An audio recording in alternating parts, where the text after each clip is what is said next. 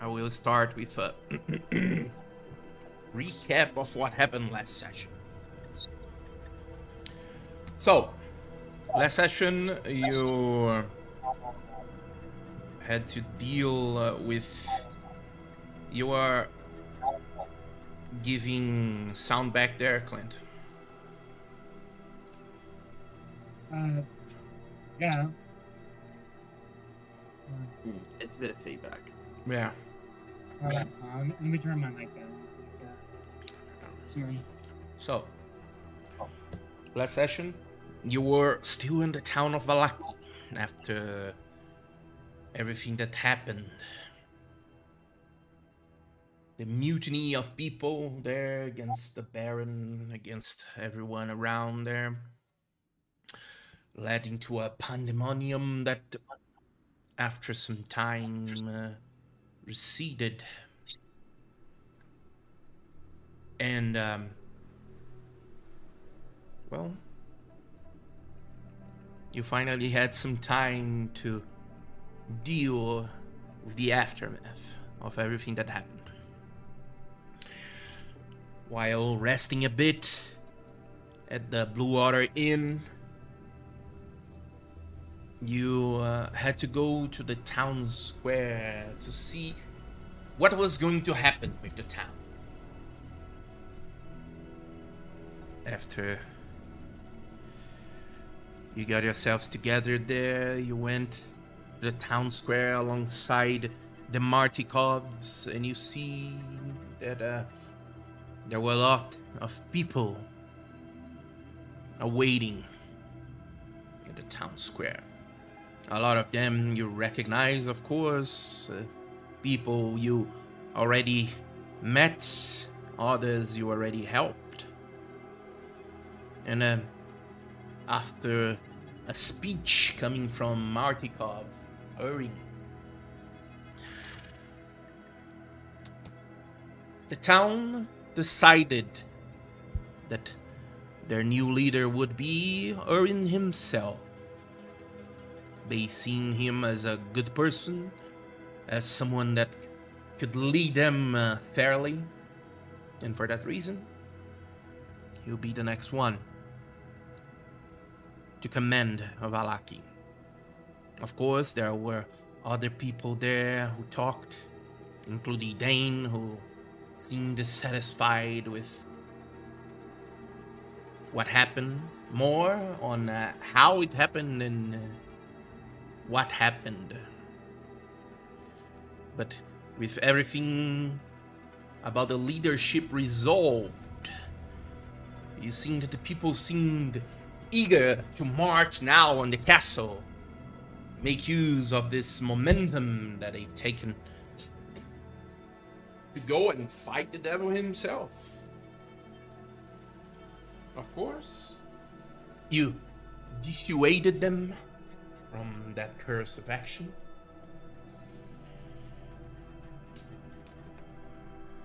And after that, Owen invited both you and the entire town for a small celebration of this new dawn, the town of Valaki. The Baron fleshly taken down, and you are now expecting what is going to happen here.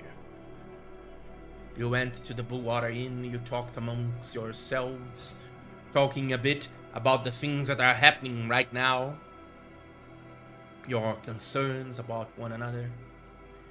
And after some of you went to the blacksmith to buy some weapons, after the blacksmith himself told you that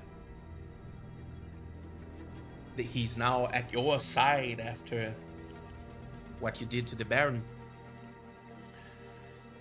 After all that was done, after some of you even went to the church to talk about what you did at the town square, killing someone, you had the time to rest, for in the next day you wanted to continue your quests, maybe see what is happening at the winery. But as soon as you begin to leave town, you saw the approach of a way too familiar thing. The black carriage of Strahd Zarovich approached. And Rahadin, his right hand, the Chamberlain of Castle Ravenloft, came to invite you to a dinner that's going to happen at the Castle Ravenloft in 2 days' time. And he said that the black carriage would await you at the foothills so he could take you to the dinner. And it was with that message, with you accepting the invitation, that we ended our last session. And we are going to begin this one with you on the streets deciding what to do next.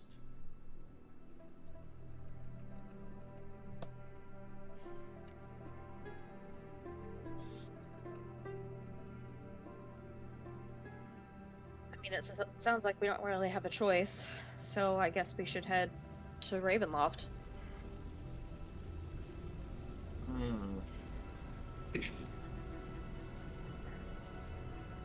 Y'all lead the way, because I don't know how to get there.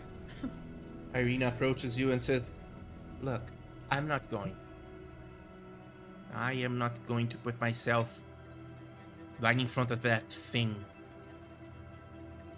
If you want to go there, if you want to talk to him, even, I don't know, learn more about the monster, you go on. But I cannot do that. I will maybe stay at the church with Father Lucian and, well, I don't think I'm supposed to be there." No, I think you're better off staying in Valaki and seeing if you can help the Martikovs get things sorted out around here. Yeah.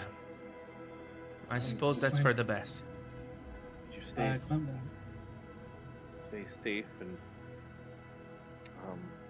if Isaac or anybody else comes, just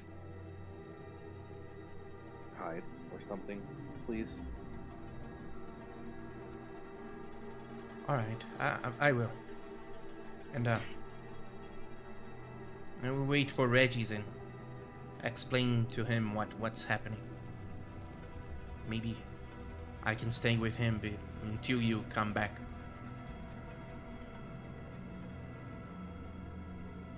I was going to suggest that as well.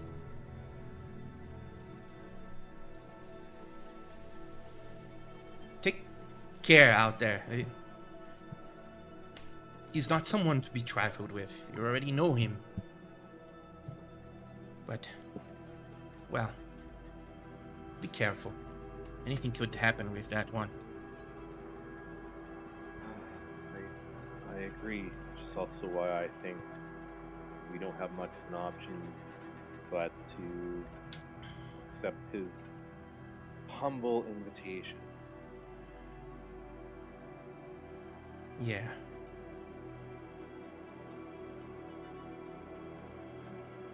I don't think you are wrong on that. Anyways, you better get going then.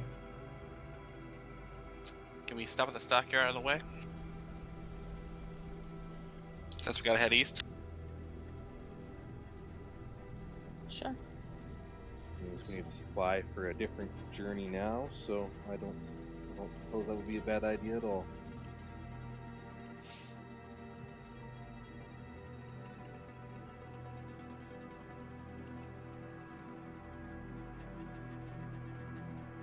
All right. Lead the way.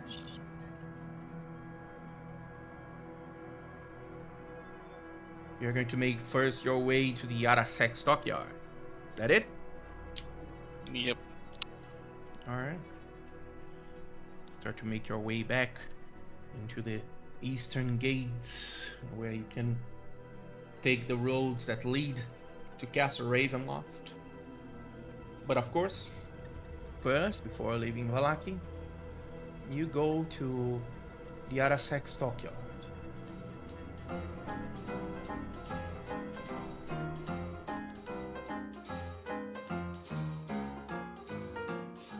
What do you want to do there? I want to see if I can pick up a box and some, perhaps water. If it's not, a very strong box, probably like waterproofing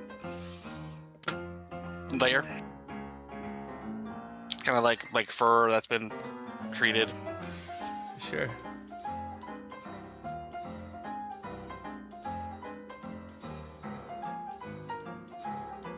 All right. You go in to the Arasek stockyard, and you can see inside. Gunther seems to be attending the shop there. You approach, and he says, "Oh, you!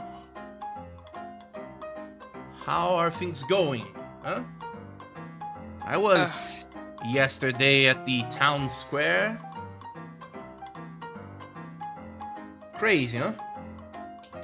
How Yes. things change one day to the other."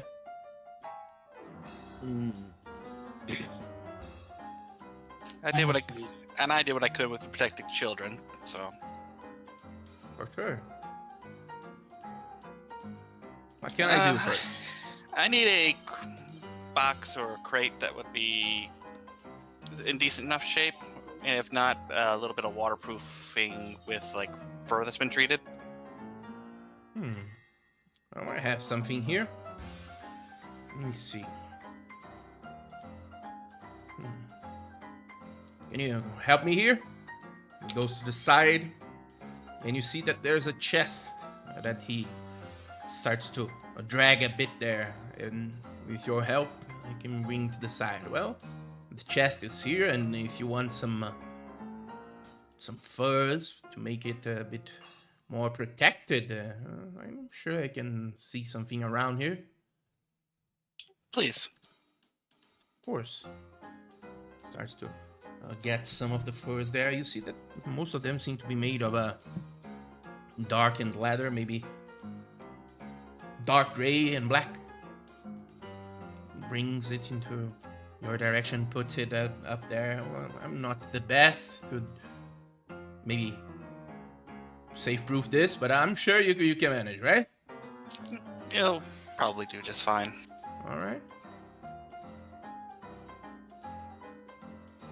All right, but both of them 10 gold. And I'll pay him the 1 platinum, I believe is the 10 gold. All right. I don't suppose you happen to need a bear's head, or would like one. Well, depends, I suppose. Let me see here. I mean, I maybe can use it in some way. How much are you asking for it? I'm probably not asking for a lot because I'm not quite familiar.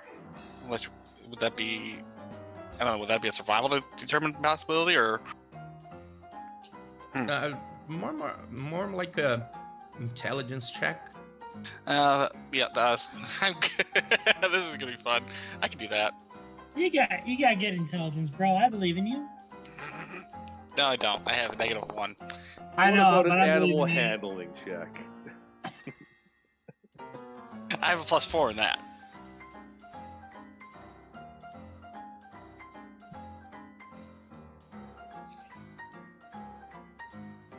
All right. Well, hard to say. You don't understand that much about bears, I would say, or stuffed things. But I would probably trust him anyway, based on because he's been good to us. Of course. What about 10 gold? Then we can trade the head for. That'll work. All right.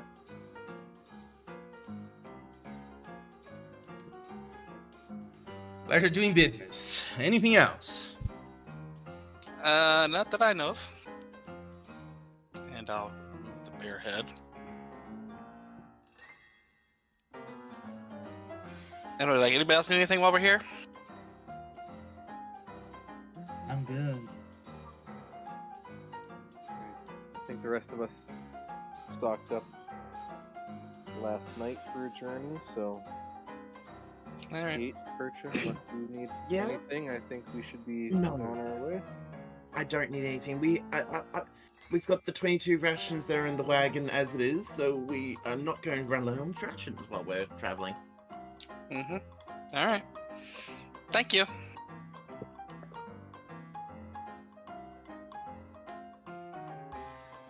Alright. Alright. Safe out there then. And you leave the Arasek stockyard.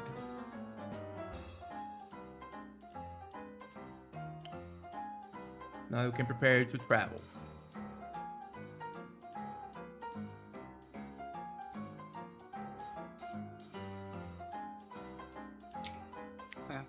I'm ready when you guys. I'm ready when you are too. Either way. Well, suppose we'll be on our way. Alright. I'm going to begin your travel on this morning here. And you are going to go with the wagon? Yeah. Alright. I guess we got no choice but to get in the damn wagon, right? I mean, based on how far it is, probably. Yeah, well, I can't. I have to sit in the wagon anyway because I'm at half speed. Alright.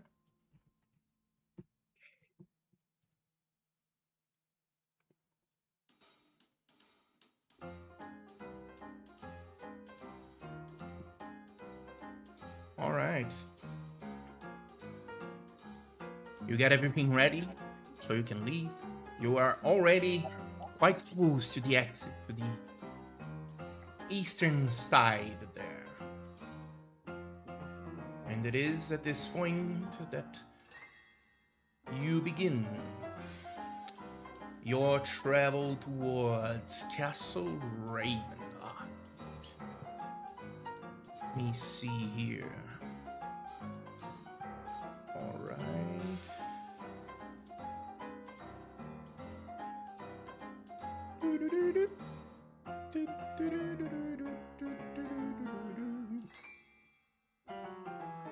Alright, let me put you guys on the map here. With you leaving the town of Alaki. Just saying that song was a bop. Yeah? On the road again. Oh yes, we're on the road again. Alright. Begin your travels there. And what speed do you want to proceed? I guess maybe at the speed that would get us there within the two-day time span. Well, then you tell me what speed would that be. Crap. I think we should be doing normal speed until we get to the windmill, but then we should go slow through that in case of problems. Yeah. Sounds Agreed. good. I don't think we want the three hags to come after us if they notice us. Alright, what speed is going to be then? Normal speed up until we get to the windmill. Alright. But as we approach, it's slow speed. We're going to try to be as quiet as we can. Alright. And Clint's gonna have his hand ready on his sword in case the hags do decide to make a surprise visit to us.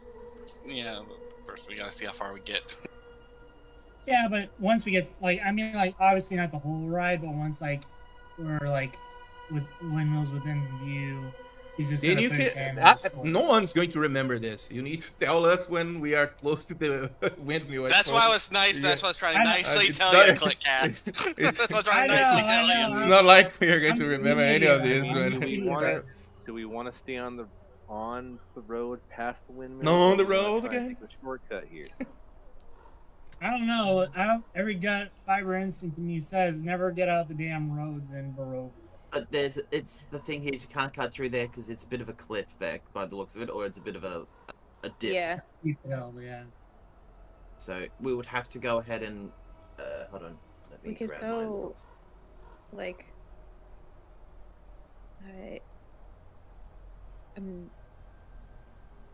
how do I say this? It's like a area with like trees. Yeah, and then Like kind of right like to here. go Well, like I mean, once yeah, we could cut down this way, and go along the cliff. Yeah, along the cliff. yeah. You get me. Anything outside the road is double movement. Ugh. Let's just stay on the road then. Yeah. If we're gonna be moving slowly, we're gonna be at double movement anyway through past the windmill. Yeah, that's going to be. It's not the slow is not like you get the movement. You just walk less per hour. Yeah. So you can get both at the same time. You can get triple if there's a cliff and if there's a outside of the road. So 3 times. So instead of 2 miles, it's 6, and so on. Mm, Depends where you're treading. yeah. Since Anyway, let's just- Conrad, since I recently came through this way, Mhm. what would I guess at this point, because it's only been like what a day and a half, would I still remember at this point like how the terrain was in terms of getting the wagon through that? The road is decent. Depending where you want to go there. If you want to go through the plains, the Yeah. wagon can probably do it. It wouldn't be able to go through a cliff for sure. And you wouldn't be able to go through a forest either. Okay. I think that at the risk of damaging the wagon, we should just stick to the road and hope for the best. Okie dokie. Well, let's see how things look when we get towards the windmill. We can decide from there.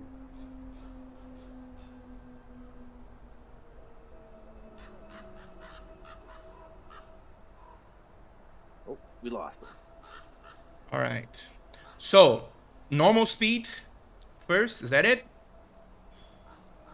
Yes. All right. But are you going to follow the road or what? Follow the Yeah. road. Follow Alright. the yellow brick road. I kind of Alright. wish I had a bark with this right now. For each hour, you can, at a normal speed, go 1.5 axes, which are 3 miles. Okay. So, the first hour, Sorry, the my travel you get here. Second hour, you get here.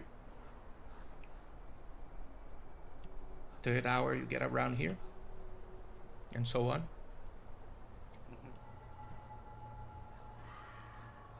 That's going to be 4 hours. 5. A bit here, going to the side. 6. It's going to be 7. 8 hours, you end it here. Okay. Yeah, we'll be able to get past the windmill with ease.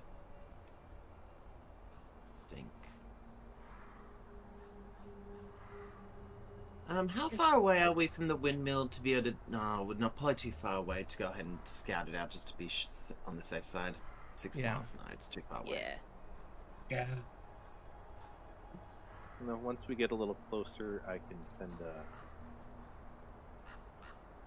wild companion up to kind of scout and see if any of the ladies are still there, but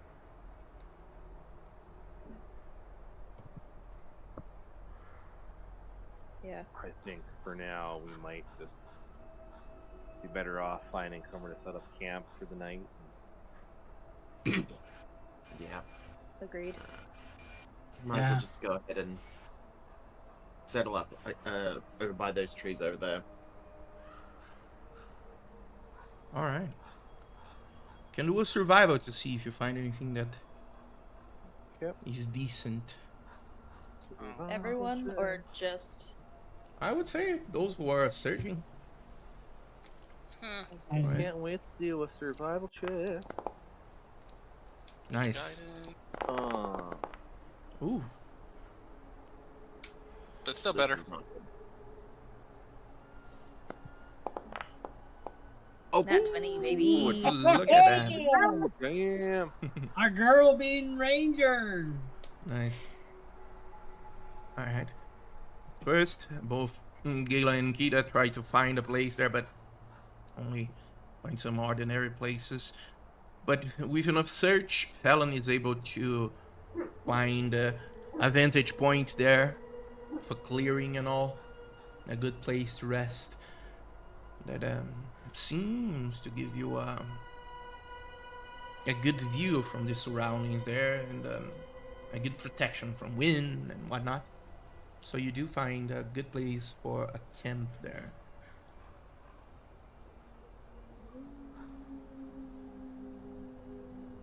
So you can begin your mounting of the camp there, putting some tents and whatnot. And after just close to an hour, you have your camp set up. So you can spend the night.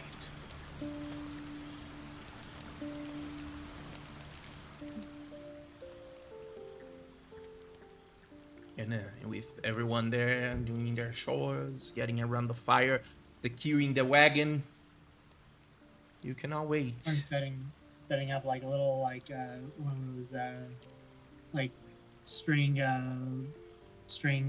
traps around the camp, like alarm bell deal. So because he remembers the hags can turn invisible, so it's like maybe a little alarm deal around the perimeter of the camp would do some good.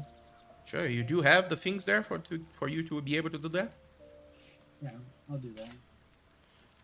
What do you have there that you can use? Let me Sorry, I was double just check. reading something. Yeah, sure. Let me double check. Let's see. I got some rope. All right. 50 I mean, feet that to would work. rope. Yeah. I'm looking to see what else I got because all I got is rope and caltrops. All right.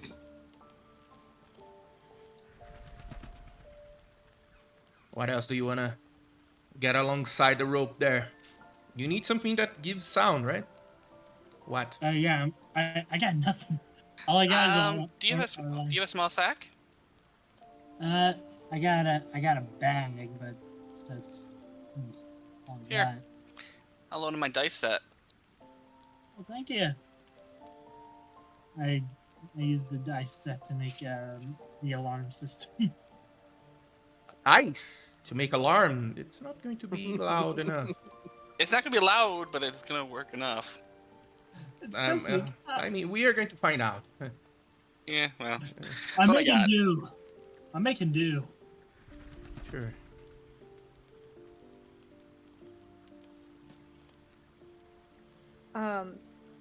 Now that I've fully read it, can I use the primeval awareness Mhm. to see if there's anything within 6 miles? It says for 1 minute per level of the spell slot you expend. Sure. I can sense it. Or I can, I'll wait to do it until her watch. But I just wanted to, because I assume we're gonna have to take turns. All right. So I'll do it then.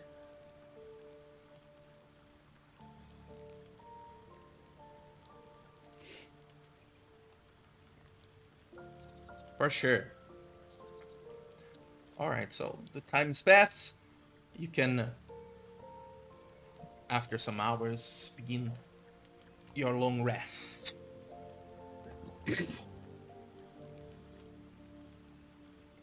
So, are you going to go for a watch? Yeah, Fallon will take first watch. You're going to take the first watch. All right. Come on, Oh, take another watch. Are you taking middle watch? Yeah. Oh, I'll- I'll join him. And I'll join first watch with Fallon. Okay. All right. All right. We can begin the first watch then, as the others Okay. take their time to rest for the time being. Okay. Yeah, Can so I'll go ahead both and go use the ahead primal.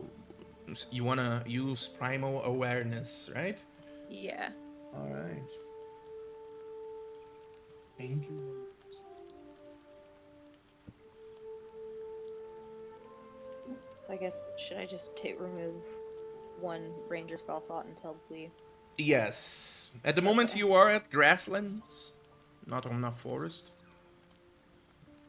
Oh, So it's I 1 thought we were mile. in a- Forest is Okay, more so- the dense part where you go in and there are a Okay. lot of trees that you go through. Where you are right now Got it. is a grassland. So it's 1 Okay. mile. And I would say Okay. that there are things that are any of those kinds there in 1 mile of you, for sure. Okay.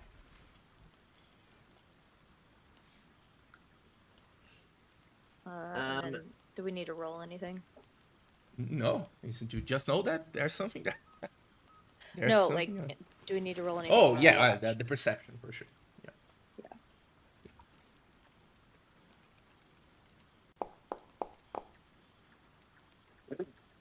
Oh, I'm rolling these at disadvantage still. Shit. Yeah. 7. That would be 8. All right. Those be Clint rolls. All right. 2 hours pass. You don't really pay much attention to anything that's happening there.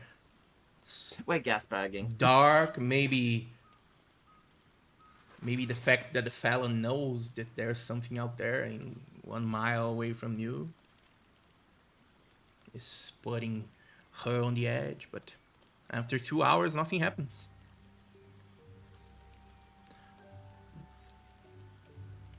You're good Alright. to call the next one for the watch. Okay. I'll go up to Clint and then I'll just telepathically say to him that, Clint, get up. Your turn. All right. He slides the visor of his helmet down as he grabs his sword and assumes his position of watch. All right. You can go ahead. Those who are doing the watch, Here comes roll my a perception check. plus a d4 because of my awesome ability. Wow! God, Dang. we didn't roll nat ones. We didn't roll any nat ones at least. All right.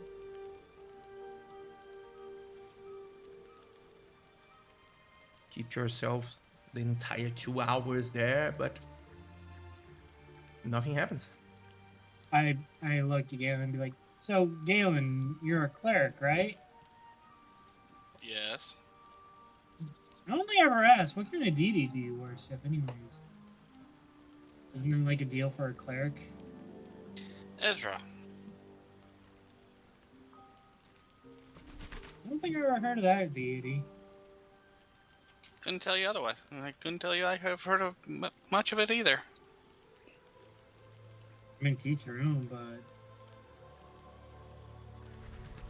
I don't know. I just worry about it, because it's like if you chose this deity, that's you as sound, mind, and body chose a deity, but it's like you woke up and suddenly, worship this deity and know nothing else of them. That to me just sounds concerning.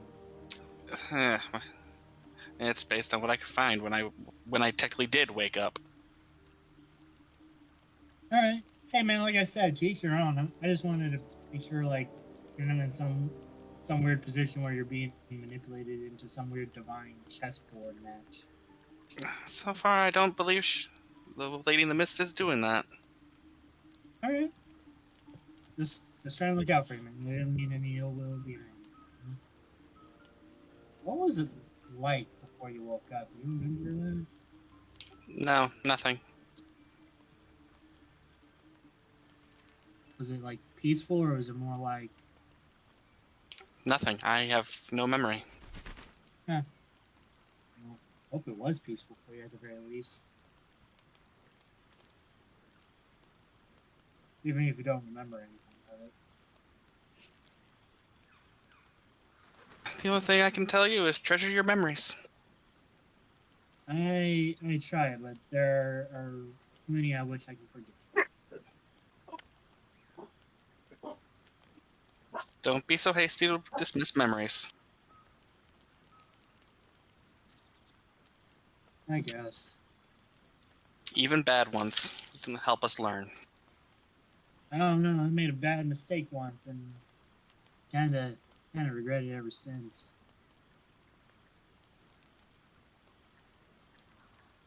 But again, you learn. Not really. Still kind of doing the same thing I've done even before then. Recklessly charging towards danger at the prospect of wealth and glory.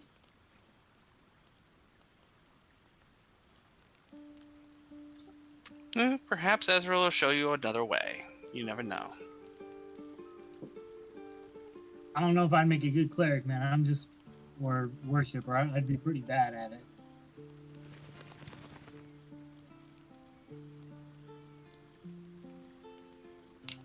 Yeah. Is it about time for the next watch? Yeah, I guess. It's been pretty quiet these past few hours, hasn't it? A little bit, yes.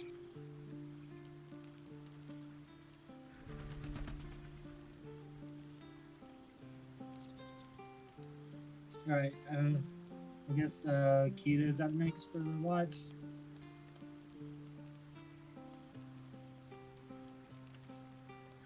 Clem will approach Kita and Metro will be like, "Hey, Kita, you're up next for watch." Okay. Thanks.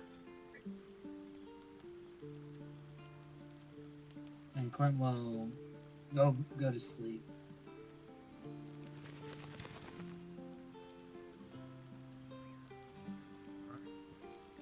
And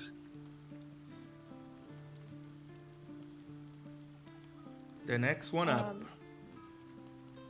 So Kita's up right now. Mhm. So, because we need a full 8 hours, right?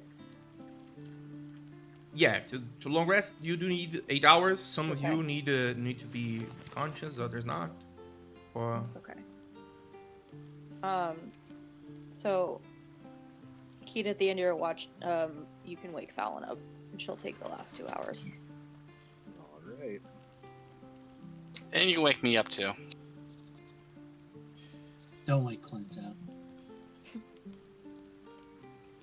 Yeah. all right. Percha and Clint, gotcha.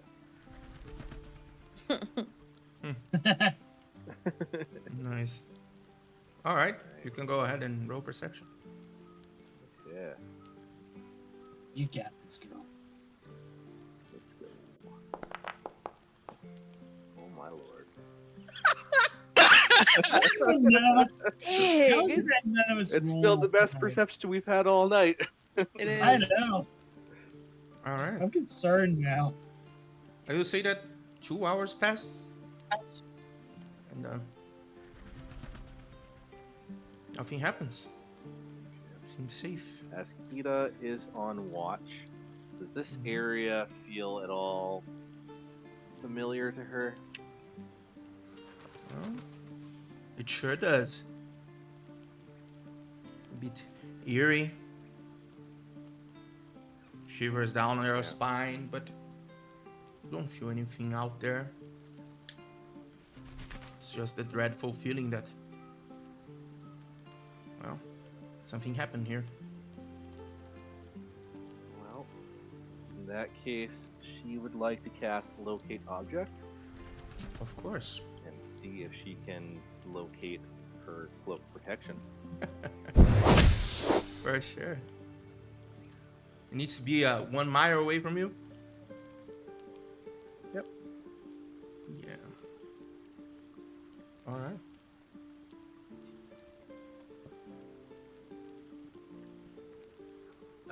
It's 1,000 feet.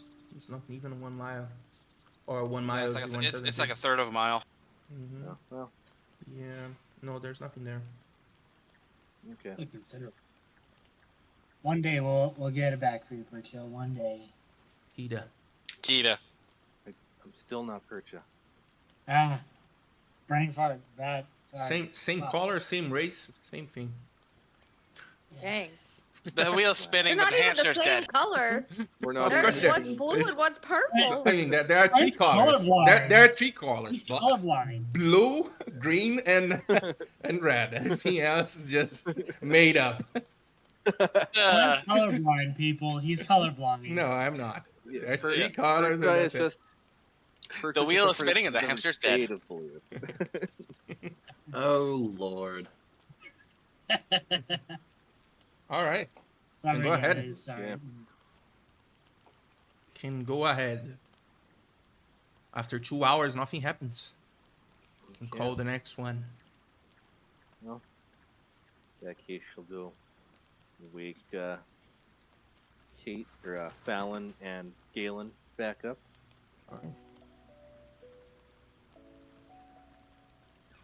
Wake both of them up. They are there and can begin the watch.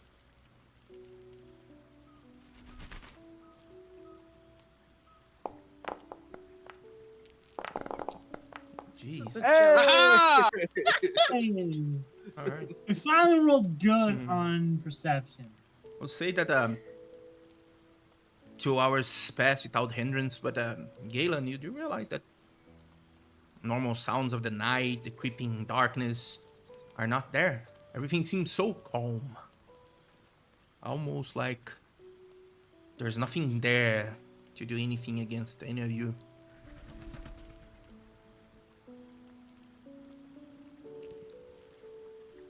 And it is a new day. Long rest done. And now you have a new day to continue your travels.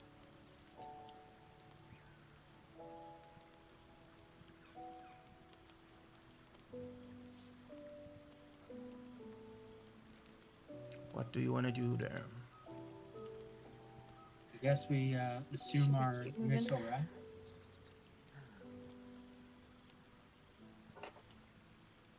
What? Yep. We should keep going on the same route. All right. You take your time to get your things together, the wagon, everything. And then, Do I lose an exhaustion from this Yeah. good rest? yep. I'm happy. 1 day passed. You have 1 day to get to Castle Ravenloft. Oh. I guess Will we we got have enough travel time to do it? You tell me. You are the ones with the logistics there. I said we might have to book it. They said to meet us at the foothills, so I think that might be here. I thought it was right about here. No, that's the gate. yeah, that's good. No, I think we're gonna have to Huff it. try and book it. It's gonna take us about 9 hours to get there, plus or minus. If we take the road. Well, it's not terrible. Only a couple hours past dark. Oh, what Let's speed be- do you want to proceed there? Well, But that's also at normal pace.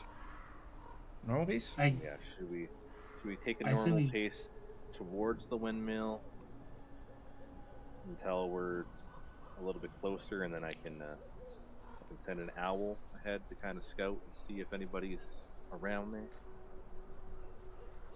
Because we don't really want to get into combat with them after the last time we were there.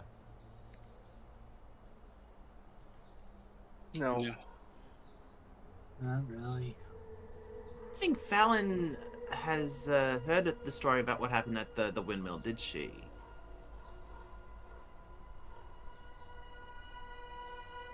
I take her silence as no. She's muted. Oh, I was muted. Sorry, my dog was barking. I've been talking this entire time. You do not silence the animal companions. You're a ranger. Yeah, no, you guys have alluded to things not having gone well at the windmill, but she hasn't actually heard the story. But I think that I and Fallon both think that the best course of action is go at it at a normal pace, and if we have to run, we run. Okay. Yeah, that sounds a Yeah. good idea. And Because whilst just we're because doing they're that, there doesn't mean we have to fight them. True. True. As if once we traverse through, I'll fill in Fallon on the mishaps that had happened at the windmill. Cool. So I think we're Yeah. proceeding at a normal pace, pushing past it and hoping for the best from the sound of it. Yeah. You wanna calculate how much you are going to walk to get there? You can go on the measure distance, hold control. Every time you click, you create a checkpoint. Left click, going.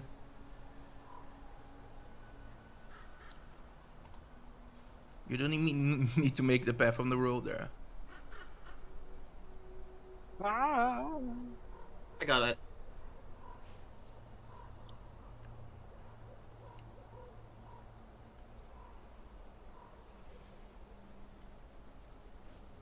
That's going to be about 28 miles To the gate. to the gate. And then to get to the footpath is 32. Damn. I say we may have to consider booking it around this point. I think it's just we're just gonna not be able to stop until we get there. Yeah. No, I don't think we have a choice. I think we have to go. We'll have Yeah. to go full at it. Yep. Because if it's only 1.5 miles for every hour, I'm assuming every for fast pace is what, half mile? 4 miles per hour at a fast pace. At a medium pace is 3 miles per hour. 4 miles per pace. So if we do it in 4, it's 8 hours exactly. Yeah. Okay, we might have to go full bold. Yeah.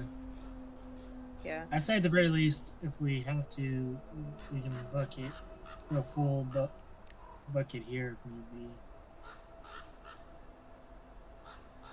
Yeah.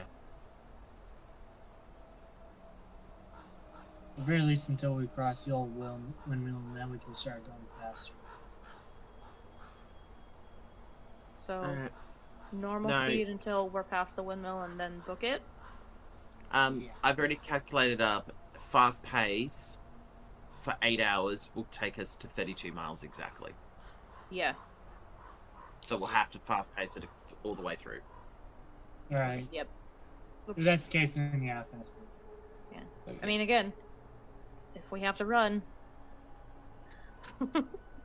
Yeah, let's just go fast pace, I suppose. Yeah. All right. There are 2 more miles because you need to go there. You can cut shit. road there because this is going to be 4 times passing through there. Well, 2 times, get but for 2. So it's around 34 miles from where you were. I'm sure they'll wait for us for 2 miles. They'll place this coming. it's only an extra half hour. I was gonna say, what time did we need to be there by? Did he tell us exactly what? They just said He be said there 2 in 2 days. days. Mm-hmm. Let's do it. Yeah. All right, fast pace. Yes. You begin to make your way here, and just so you know, it's not like you're sprinting. That's not what it means. No one can sprint 32 miles. It's Oh just God, no. a fast march. So I beg to differ. as you I get say our Birdman can. I say our Birdman can easily cover that, no problem. Probably. Yeah, you're hindering his movement there. He could have just flew over, cut through everything, get there in like Yeah. 3 hours. So it's definitely your fault. And as you get there, you can see the windmill at the distance there. You can see the road that leads to the windmill just to the west there. As we approach, I'll turn and say to Fallon, we went up into the windmill because we thought it was abandoned. And as we scouted around, I was trying to see inside there, but as soon as we opened it up, there was what seems to be life within the windmill. And then one of the ladies that was living there had a sister and a grandmother, mother, whichever way you want to look at it. Actually, we found out that they wanted us to steal children to go ahead and bring them back here so they can grind their bones down and add it into Ooh. their pies. Okay. And then once we realized that, and we tried to rescue the children, their true form revealed, and they were hags, like 3 really powerful hags. Excellent. Good. Good. Yeah, All right. they fucked Understood us why up. you don't want to go back there. They really fucked us up. All right. Not to mention knocked poor Clint down. And almost killed him. Twice. Oof. And then I jumped out a window. Well, if it wasn't for me getting up there, you would have been stuck in that room. Yeah, Right. they probably would have eaten me. But Irina did rescue the 2 children that were upstairs anyway. Well, that's good. At least you accomplished something. Screwed up thing was, I was almost tempted to eat that pie until I figured out what was in it. Ooh. All right. It smelled really good. Thanks for the lore drop. I understand now. All right. Any activity that we can see from the windmill? Like, Seems to be way too far for you to realize if there's any movement inside of it. You can go there if you want. No. no. Sure. Positive. Yeah. All right. You want to keep going then? Yeah. I'm sorry, this is my response. All right. I mean, it's all right. And you keep going here.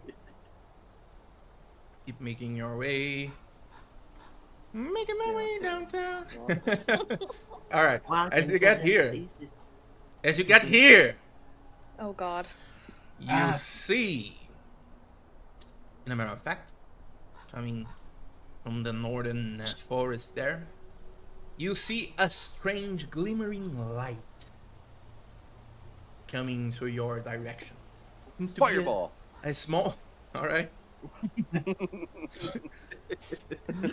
One day, Virgil, one day. Yeah. I'm lucky he's Yeah? not like a wizard or something. Yeah. He One would have day. shot a fireball by now. Alright. And you can see a small ball of light coming into your direction. It seems to shimmer, go in and out, and travel through some of the trees there and go to your direction. Until it stops in its tracks at the edges of the forest. It stays there, glimmering, pulsating with light. How far away is this this thing from us at the moment? Maybe a few 100 feet from the road to the patches of forest there.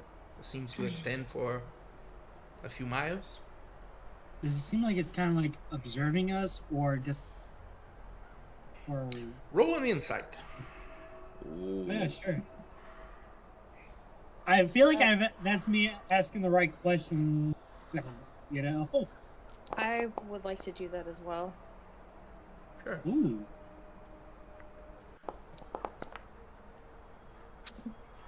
I got that one, not 20, and that's it. Everybody gets the one. Everybody gets the one. I got 2. One was to almost kill a friend, and one was to break a podium. All right, Fallon doesn't seem to realize what this shimmering ball of light wants. But Clint, Kita, and Galen, you do realize that it seems to be, by the movement, seems to be calling you to follow it. It shimmers to one side and to the other slowly, with a rhythm.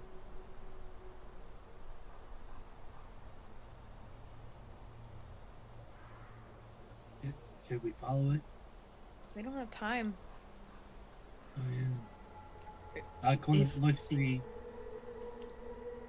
Sorry, what? I was just gonna say, if it's here on the way back after we've dealt with talking to Strahd, not killing him because I don't think we'll survive that because I don't want to go through that. They'll kill us. If it's here when we come back, we'll deal with it when we come back. We just haven't got the time to go and stop. Okay, I hold on a agree. second. Clint will look to the floating orb and be like, "Sorry, little fella, we have a prior engagement. Just stay there, and we'll come back later, and you can show us what you wanted to show us, okay?" And Clint gives the thumbs up.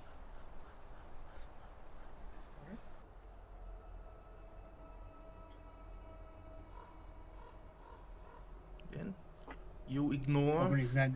the shimmering ball of light and keep going. You get around here in 8 hours, or maybe 2 miles away from the crossroads.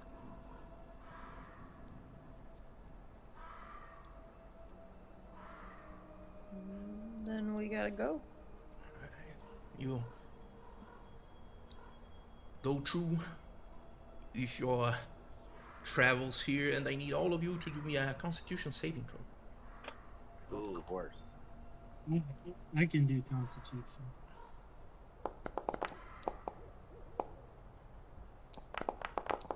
Oh.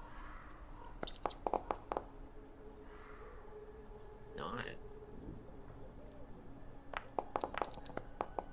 All right. Almost. That Almost was 3 on so Persia. bad. All right. You barrel through, but Akita, you do get a point of exhaustion there as you keep going, traveling. Let's see, Jeromo. Yeah. He's safe. And And you have Birdman 1 point is- of exhaustion at the moment. What you do get here? And as you get there, you see finally the crossroads that lead to Castle Ravenloft.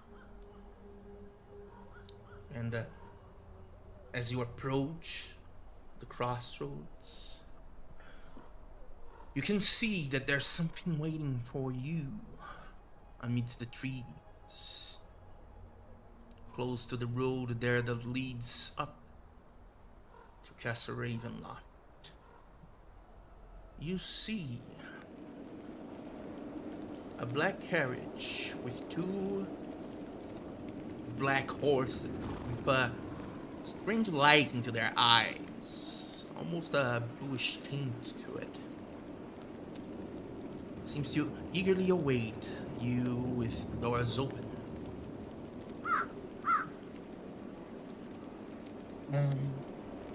Upon seeing these horses, do they seem like horses of war, or are they more like just regular carriage horses? Roll me a perception. You know, I'm really liking this D4 ability right now, guys. This is helping me out so much. Well, I kind of wish it was me at the moment. Hard to say. Maybe next time. There's something strange to them, but it's not like you are an expert in difference between horses. Nah, I'm an infantryman, not a cavalryman.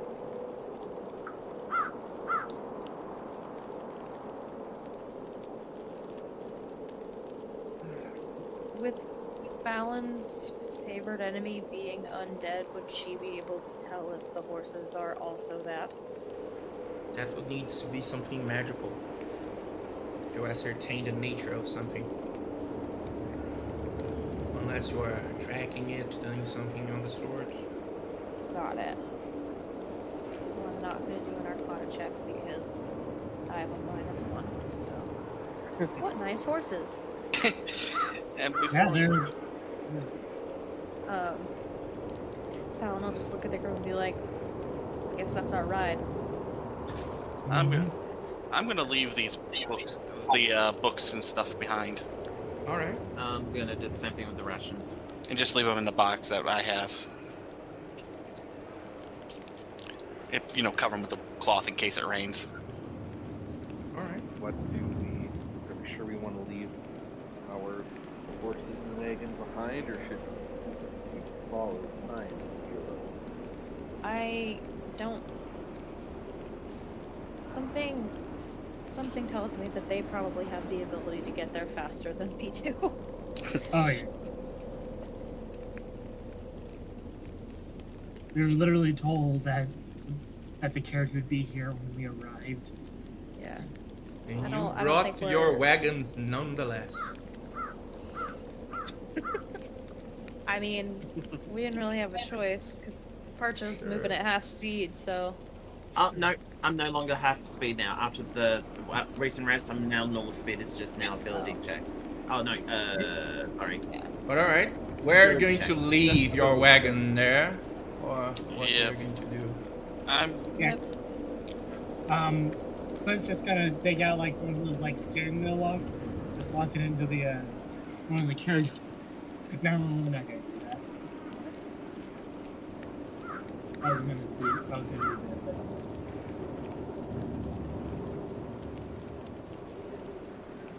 Alright.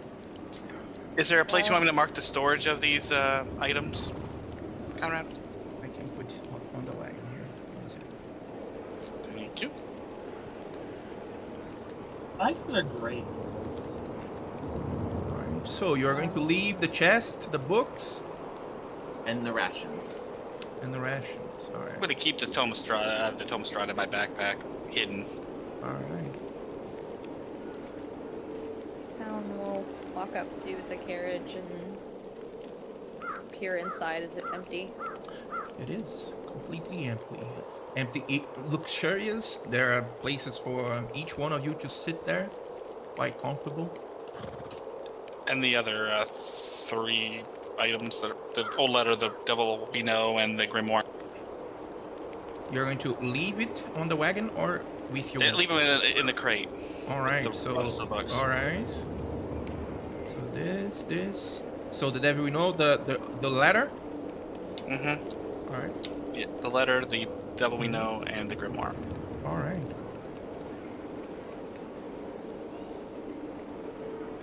Fallon will get in the wagon or get in the carriage. She's All right. I will do the same. Same here. Same here. Ida is going to unhook our horses from the wagon. Mhm.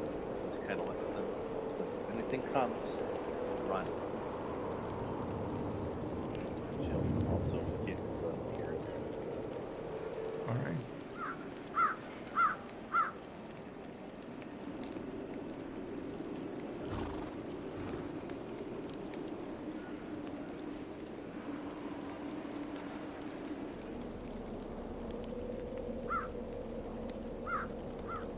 All right. You are all on the carriage that leads to Castle Raymond. And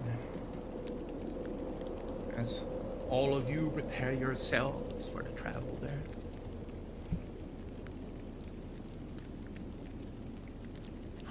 the horses begin to carry you into the direction of Castle Raven. You begin your travel,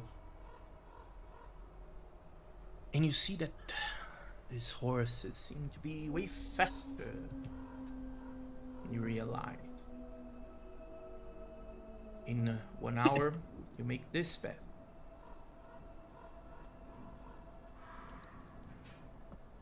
Here begins the second hour. And it is as you are going through and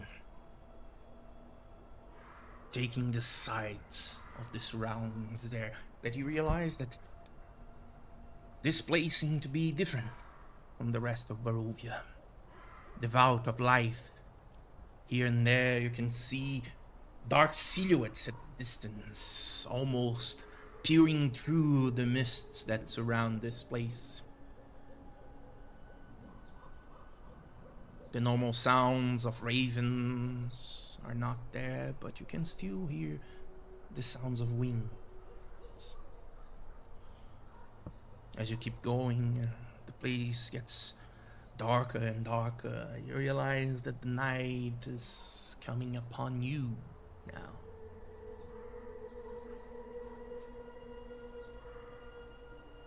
And as you Does there approach, seem to be any plant life or vegetation alive as you approach? no, most plant life and things of the sort seem to be at least dry. Good. The place is barren for sure. There's small vegetations that you can see here and there. They are dry and,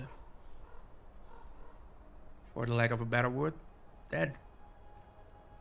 And as you make your way into the roads there, after just a few hours, you can see in the distance a drawbridge who seems to be already down, waiting for you. And of course, the sight of the entrance to the big castle of Ravenloft. As soon as the horses approach, the porticules there, big gates, they open up to allow you to get inside. The place is massive, surrounded by huge walls that seem to have hundreds of feet. But the castle itself inside this fortress is even bigger, going up into the sky. As you pass through the gates, the bridge, you are led into a big courtyard that leads to two sides, and you can see right at the front as the carriage stops to the side, the gated entrance of Castle Ravenloft awaiting for you.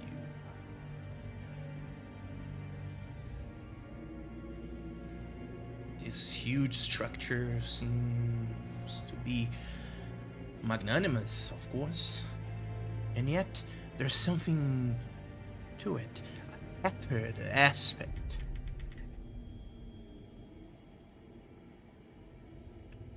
And you are left there, right in front of the gates to the castle, as the carriage makes its way to one of the entrances to the left that leads behind the castle. And now you're here, the Castle Ravenloft, right at the entrance. So, have y'all been here before? Nope. No, this is first. Okay. Ominous. Mm-hmm. You've met the guy, right? He possessed him. In passing, In passing, and this is probably maybe like in passing. This would be like if we've only seen him in passing like what 2 or 3 times, right? First time we met him, he possessed me. Yeah, that was in the previous town. Okay. I think Well- you guys only met him once. I met him twice. Oh, you met him twice. Okay. We've only I- ever ran into I- him once. His reputation precedes him, that's for sure. All right. Well, I And guess we what's the shouldn't problem? keep our host waiting. Hmm. If I ever Well- address him in like full title and stuff, that's how you know I'm possessed. Fallon will go up and knock on the door. I'm skirting around that big set of cobwebs off to the left. All right. As you approach the gates to the castle Ravenloft there, you see as even before you get close enough, the gates open, Oh, good. and a figure Magically opening doors. steps out. You see that Rahadin looks at all of you and say, "Welcome to Castle Ravenloft, guests of Master Strahd. Please, accompany me inside."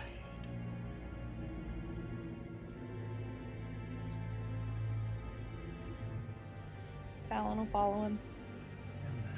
Hey, Judge. Yo, Judge, buddy. Hey, John. Hey, sorry, I'm late. It happens, man. And you start to make your But way yeah, I apologize. Of course.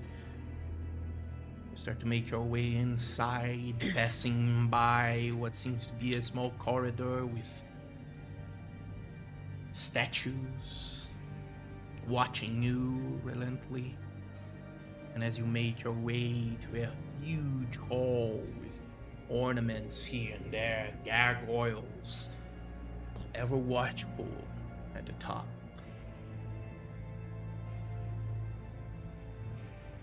You see as Rahadin looks at all of you up and down and say,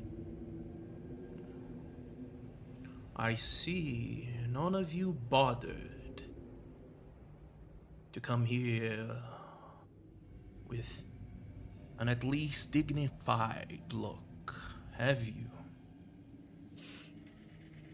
Always dignified. What I'm wearing is dignifiable, thank you. No, it is not. This is will In our not defense, suffice. we had a very short time frame. It doesn't matter. I will take you, at least. I will have them take you to the lounge. As you wait, and as you are properly dressed for the occasion. Ask her, Helga, come.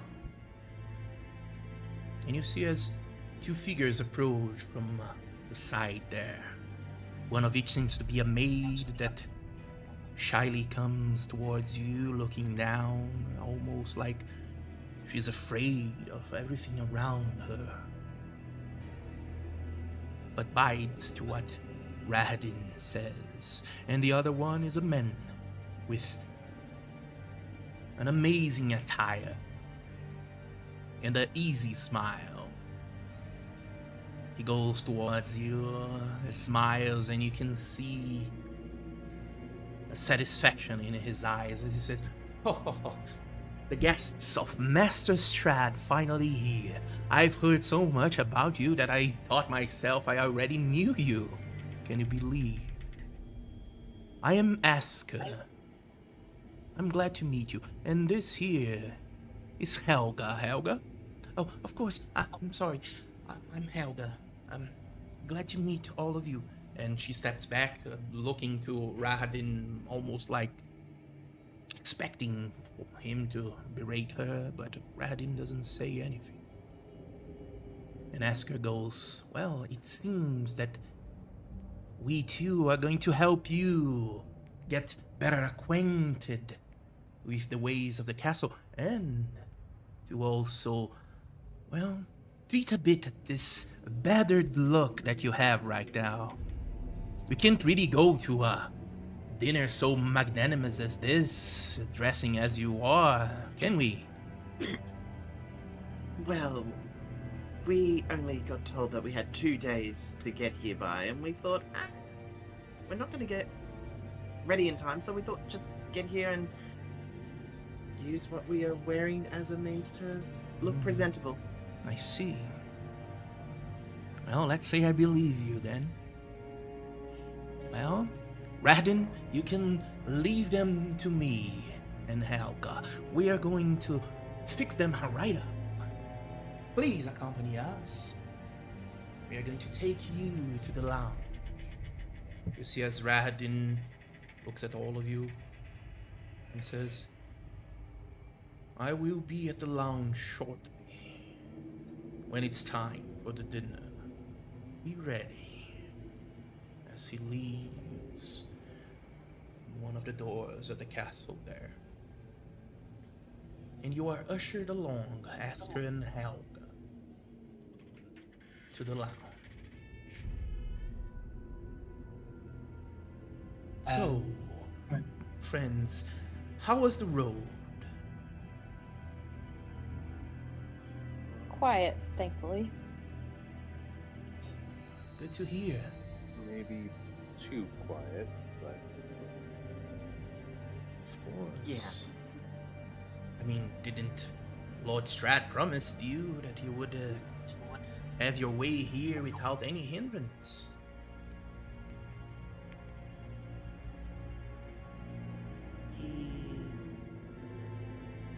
Well, of course, he didn't want us to be late. Yes, precisely. Your master being a warrior, understands the need of minor paranoia when traveling.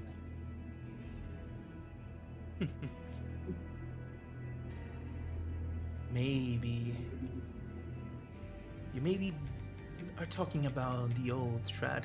Do you really think Strahd right now have any care about those things? A warrior is often a warrior through and through. Well, maybe Time you can is tell that to waning. him then. And show great appreciation. Of course it will, of course. But please, come. And you see as Asker and Helga, who seems to stay behind you, looking down, seem to guide you through the corridors of the castle there. You take a left and then you arrive at a huge stairway spiraling up. You can really see the top as the walls won't allow it. But Asker, sure-footed, seem to going to this stairway and start to climb up as he makes a small conversation with each one of you.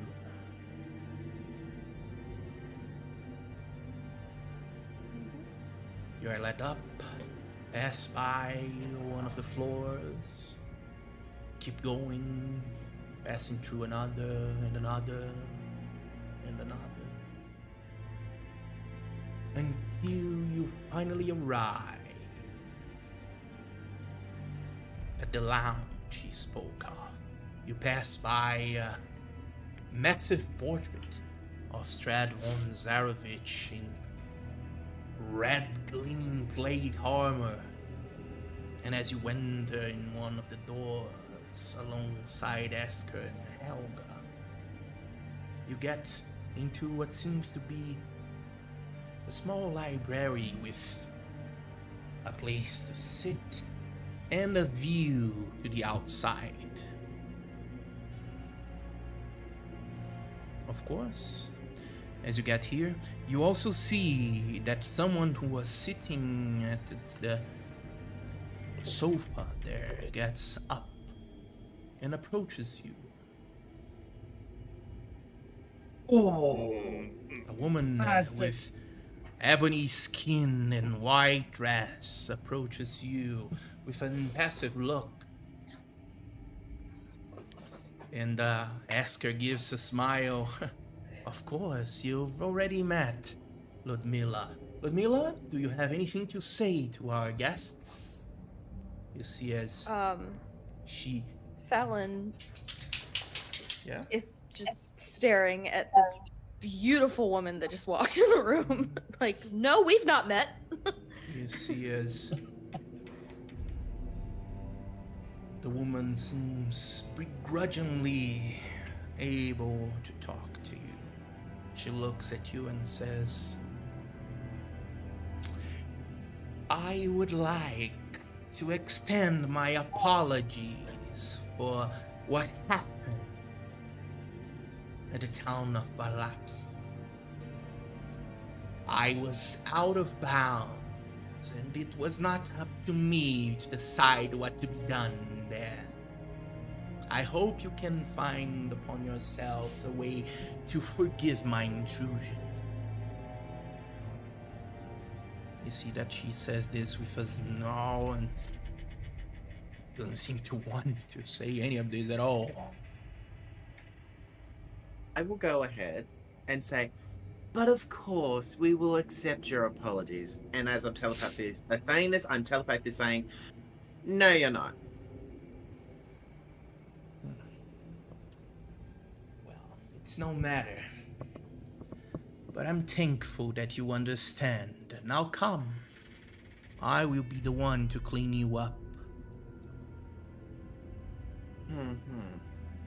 We'll be You honored. see, as one by one, you are cleaned up with some sort of spell from Ludmilla there. Some of you who are more versed in magic realize that she's using prestidigitation to remove any semblance of dirt and anything of the sort from each one of you. And as she finishes, she looks at Yasker, and Yasker says, thank you, Ludmilla. That's going to be all. Now I'm going to give them their attires for the evening. My guests, please sit. Let's converse as we wait and prepare ourselves for what's to come. Ludmilla looks at all of you.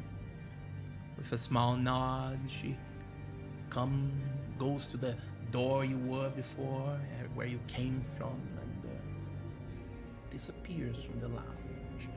As the two there seem to help you around the lounge. You also see that there are places to sit, places to rest, some books here and there. I get a strange urge to browse the books. Same. Fallon's gonna just take a seat. You see as Asker looks at Helga, Helga, go there and bring their attire. Helga just seems to nod and disappear into the side there in one of the doors. As Asker sits in the sofa and says, so, my newfound friend,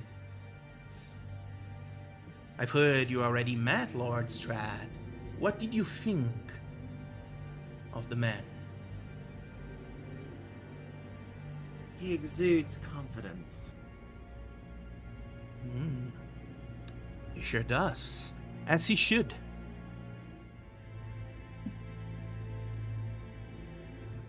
Do you... He seems like Yes, go ahead. he seemed like a great warrior once. Once. And I never got to see him in the field of You battle. truly don't know how to put your words together, do you? Once, you say. Do you mean he's not anymore? Well, no disrespect. It has been a while since he's out in wars. Of course. He might And be as a even bad weaker than he was before, right?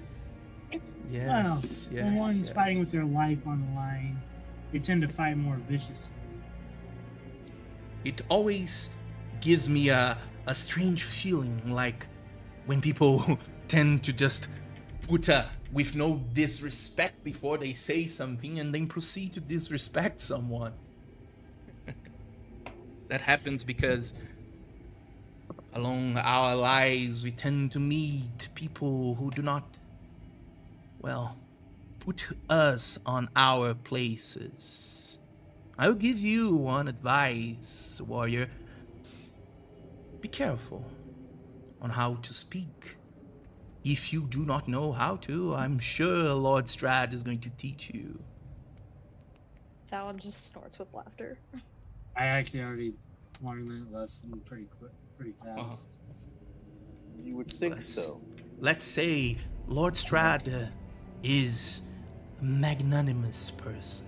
He would always be kind enough to give anyone a second chance, a way to retract an error. But he's also someone who wouldn't take a disrespect twice. I'm going to look at Clint, telepathically say, we need to be careful whilst we're here. We don't want to piss him off. Be nice. And just gives Percha a thumbs up.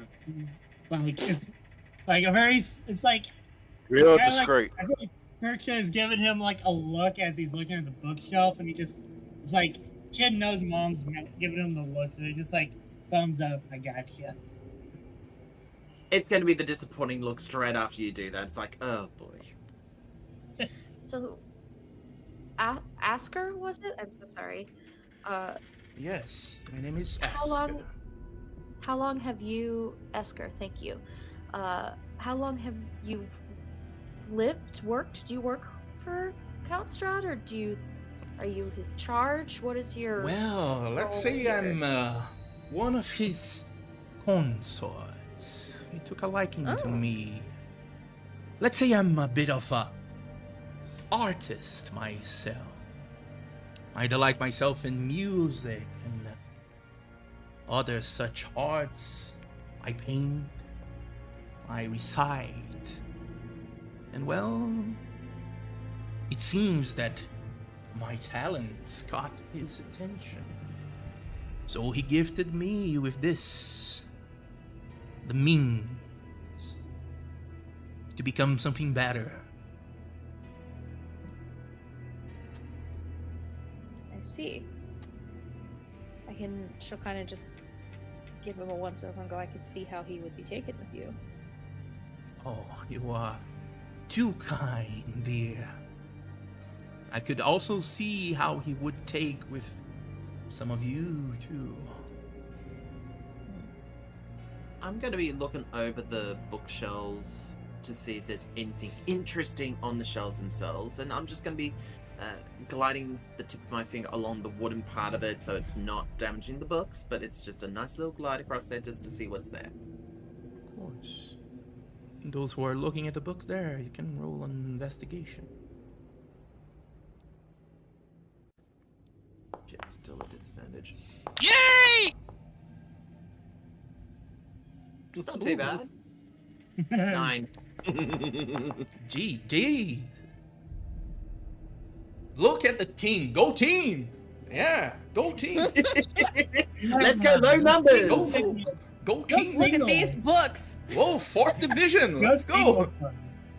Go singles club, right? Hey, let's give them a party to singles. All right. I would say that as you look around, maybe you don't have enough time because there are a lot of books there. But you can see that the most that you pass through there seem to be teachings of all kinds of stuff, from math to history to how to govern, philosophies. There are a lot of stuff there. As Asker seems to sit there and say, "Oh, you're taken by the books. Well, this is just one of the many splendors of Castle Ravenloft. In a matter of fact, this is not even a library. This is just for Lord Strahd to pass the time. We do have a library here that's way richer than this. A paradise for those who would like to give to have more knowledge for sure.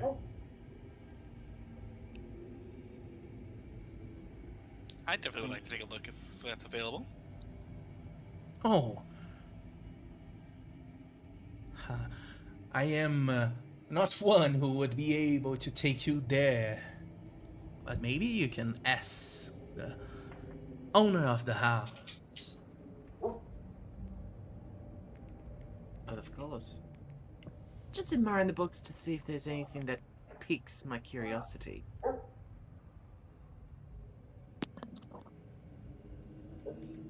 Alright, and you don't find anything that really catches your fancy there as you look. And you can see that Helga seems to come back. She seems to bring an assortment of attires there. All of them extremely beautiful. And you realize that they seem to have colors that match each one of you.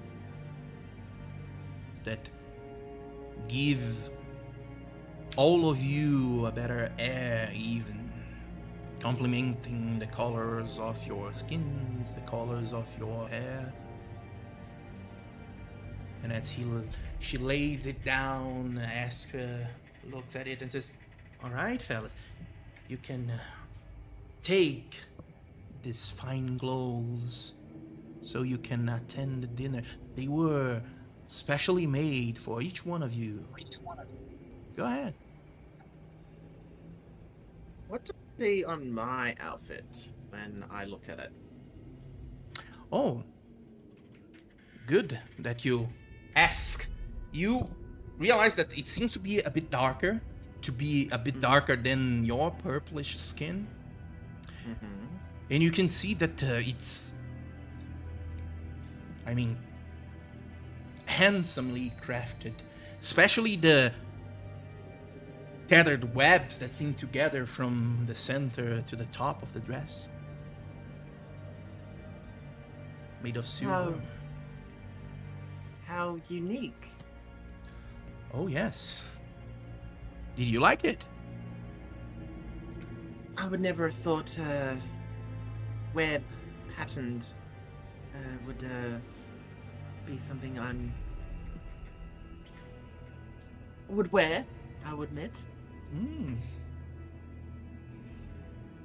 Well, I think it's going to look extremely elegant on you. Insight check. I want to know what he knows. Sure. You want the real opinion he has of your appearance. Oh, this is going to be a disadvantage, but hopefully it's a good roll. No. Ooh. Hard to read. It's not a good roll. Why do you have to say anything? Just don't say anything anymore, Purge. Oh, shit. He thinks you'd Alright. look good.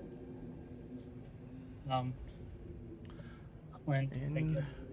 can take your time there to put on your attires. What does Clint see when he looks at his attire? Seems to be a military uniform of some sort. Quite dashing, actually. Neatly trimmed to the sides, with shoulder pads even. Damn, You that's gonna- a good place. Clint, you gonna take the helmet off, buddy? Clint, looks to realize that Fallon never actually seen his face, and he unstraps it and removes the helmet. And to Fallon's surprise, he is a human. I don't know if he was expecting to be human or what, but he's a through and through human, face with its fair share of battle scars, some smaller than others. A notable one going from the bottom part of his jaw up to the bridge of his nose. Kind of short, somewhat messy, dark brown hair and yellowish eyes.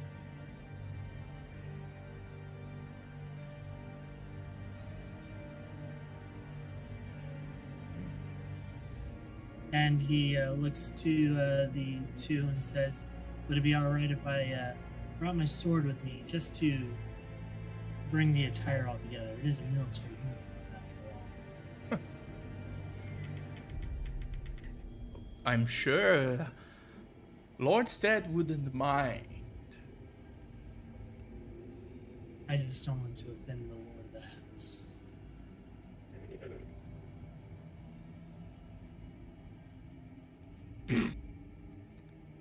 I get it. I'll get changed. Yep. As Kita takes her outfit, what does it look like? I will say that yours has a symbol into it. It seems to be a bit strange design. Yours look more like a robe. But you see that there's an emblem of a leaf to the side on the lapel.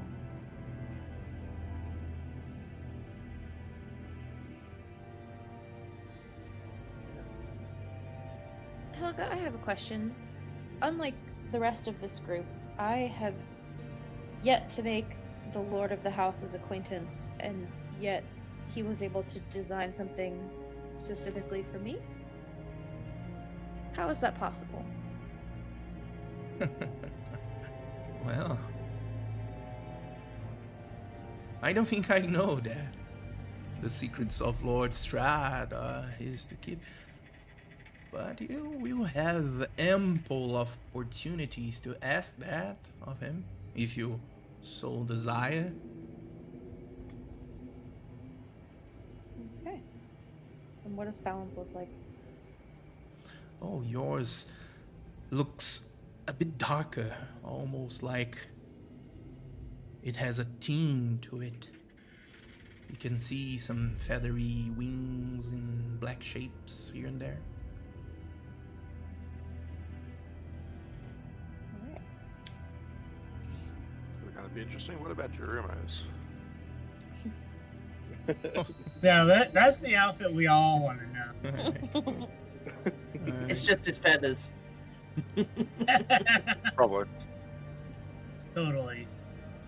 Yours seems to be a glimmering silver, but almost resembles an armor in some of the parts there, but it is completely black.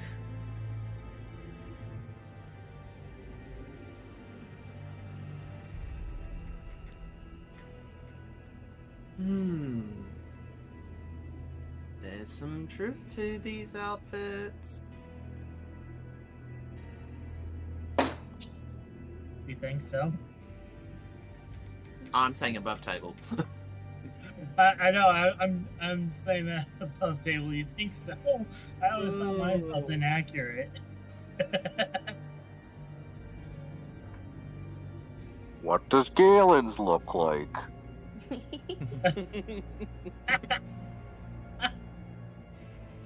His looks like a simple robe, but with intricate designs, with it seems a teal color of some sort. Realize it resembles a bit mists in the way they are designed. Smoke.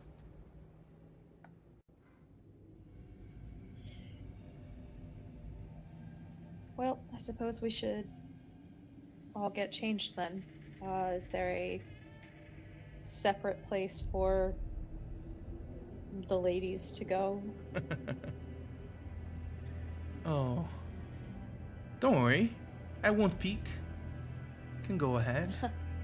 It's not you we're worried about, it's the scarred one over there. I see. What? Why am I being called out? Well, why don't we do this then? We can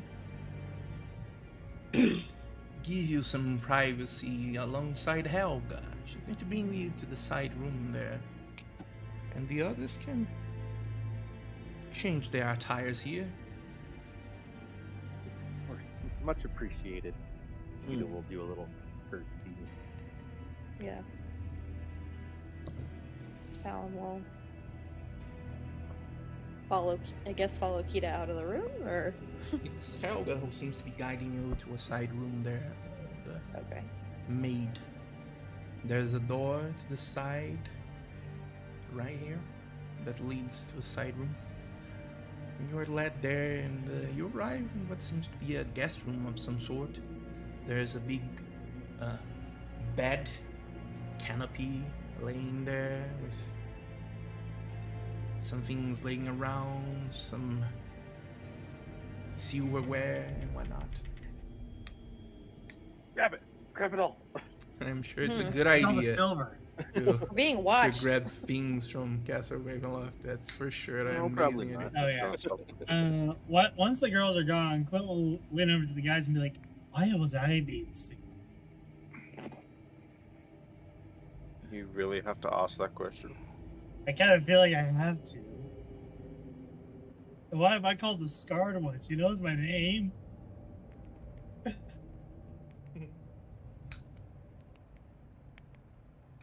Reasons. Probably because Dead Man would probably didn't not have good taste with the company we're in right now. I guess, but we got Jeremo too. I'm alive, thank you.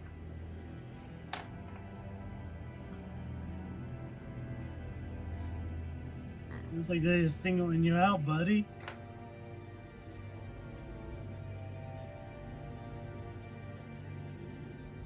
I'll start to put on my outfit as we're in this guest room. Same. And Fallon will keep the black feather that Druma gave her perched in her ponytail. Way to rub it in. Yeah, it's just Has Kita even seen it staring yet? at me. Oh, he does notice. He doesn't care about the black feathers. She wants one of those emerald green feathers on the tail. Those would suit you better anyway than a black one. Black goes with everything. Yeah, black Does- is a sleek color. I mean, I Green would- agree. I but- think the green would really bring out my eyes, don't you think? I do. I completely agree. I can help bringing your eyes out if you want. Jerome, get out of here! You see, I'm the safe one in the group. I wouldn't go that far. You're also in here too, Clint. We're What? trying to change. I'm in Stop. the Yeah, other room. get out. There's no peep show. I'm not looking at your absence of a penis. No, fuck off. You haven't earned this. I got a lightning bolted like 5 times. That's That's not. very If the door is That's open not what I enough, was I'm gonna referring thaumaturgy to. it to shut. I'm gonna thaumaturgy it to close. Mhm. Perverts, all of them. I take offense to Can that. one of thing. you zip up the back of my dress? And Fallon's like she's trying to move her arms in a way they're not supposed to go to try and zip it up. I don't wear dresses a whole lot anymore. Okay, I'll zip you up as long as you go ahead and do up the boning of the actual corset because it's actually sticking into the wrong rib. Yeah, I got you. At least Strahd was nice enough to not put me in something so restrictive. Well, I'm used to restrictive, but I'm not used to boned corsets. Yeah, I haven't worn one of those in a long time. Apart from the webbing part of the dress, is there anything else that stands out on this dress that would catch Perch's eye? No? No? Okay. Cool. Just wanted to know if there was anything a little bit more there, but okay. Webbing, that's silvered. Okay, cool. Hmm.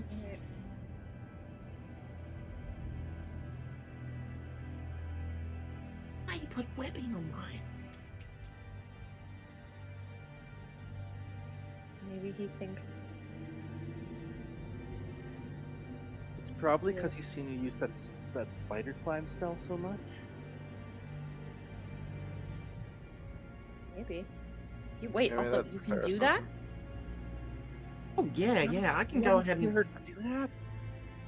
yeah, trust me, I'll go No, ahead and actually. when would I have seen her do that? I've known y'all for 2 days. She Yeah, usually does it once every couple days anyway. Hurt you to show her. Sure, why not? And I'll just quickly cast off Spider Climb. Wait, hold on. My Spider Climb. There's my Spider Climb. I'm willing to waste one. You see us, no, only good. Helga, who seems to be there, just please don't do that. It's okay. It's okay. It's nothing bad. It's just No, please. If you break anything, I'm will be the one that's going to pay for that. No, Please, no. You'll be very careful. It's just a fun little party trick. There's no need to sure? be. There's no need to be scared. Yes. I promise. I gotta learn how to do that. So I'll go ahead after I cast it. I'll go ahead and go up to a flat wall that has nothing on there to be broken, and I'll just start to climb up the wall, and then I'll be up on the ceiling, and then I'll just flip on my back. Wow.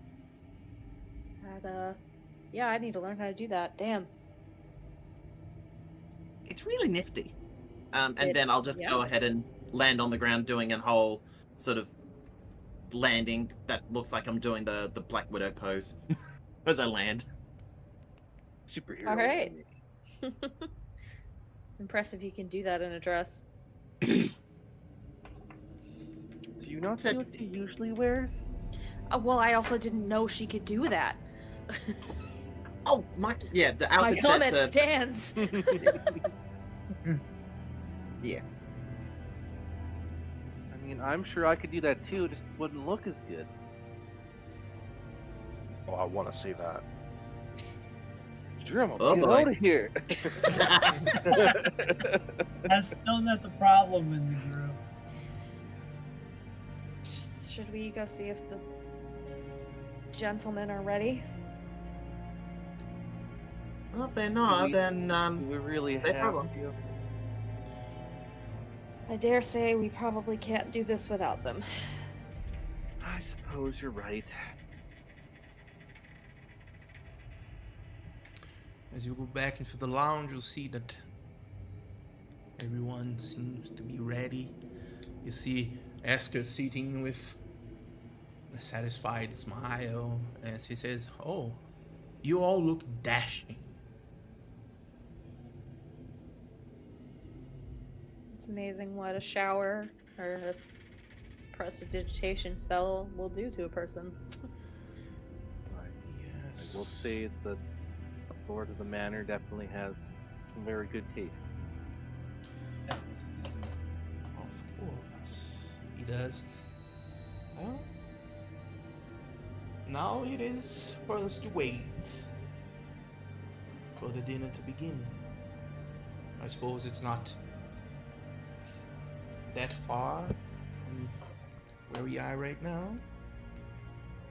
Rahadin's going to show up at any moment to gather us to the banquet hall.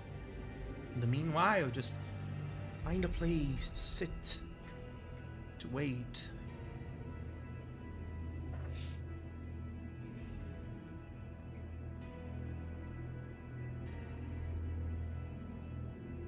And you see as Esker nonchalant sits again in one of the sofas there. Helga stays to the side, looking down, awaiting.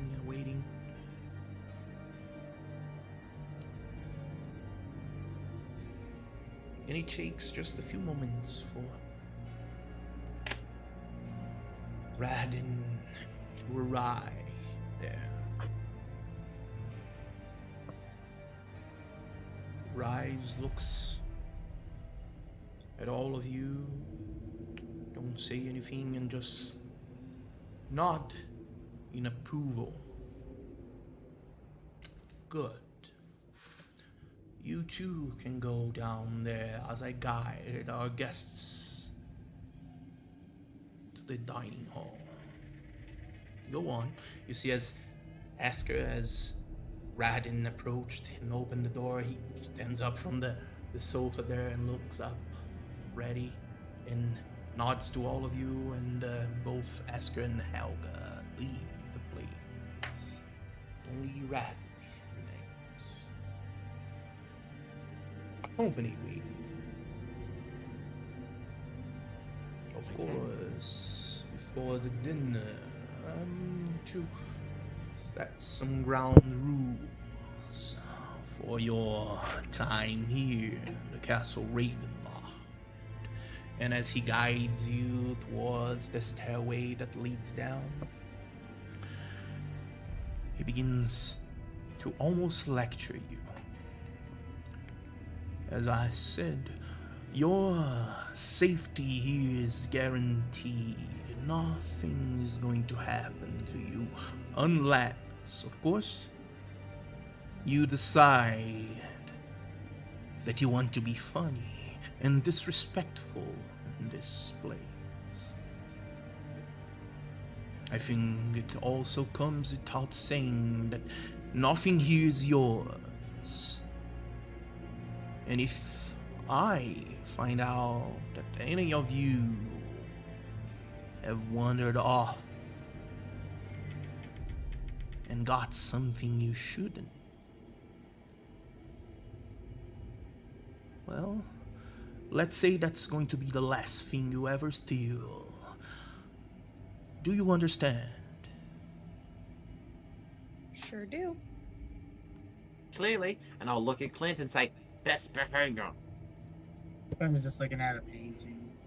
And it's like, gotcha. And then you're guided down.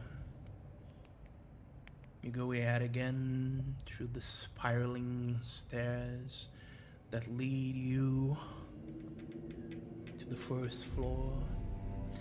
You pass by some corridors, and then you finally arrive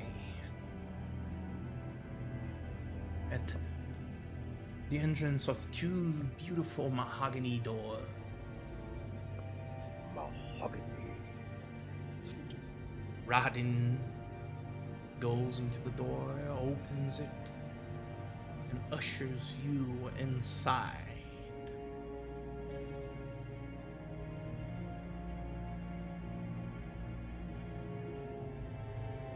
As you all go in, you realize you are inside a room with a set table with food laid bare for all of you. But at the end of it, you see a massive organ, and sit into it is none other than Strahd von Zarovich, who seemed to begin a play as Radin ushers you to be silent for the time being.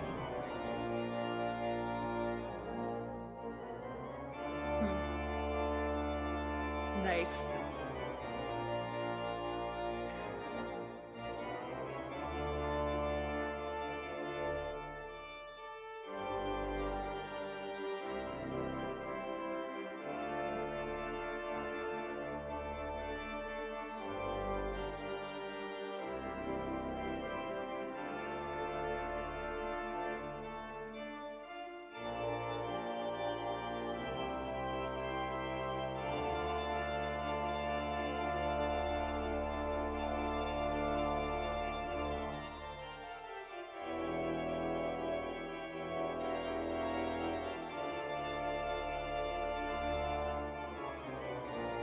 Really?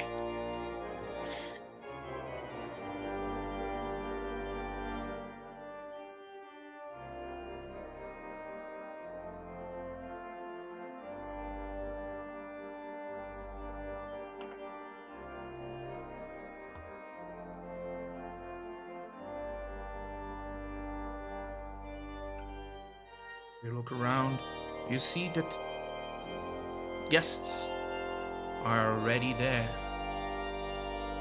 You see the three women that you met before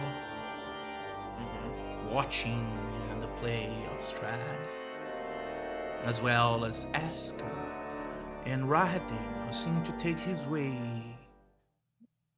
into the back. Radin seems to stop next to one of the sittings there at the table, and Strahd stands up from the organ and, of course, goes towards all of you there as the others take their seat into the table.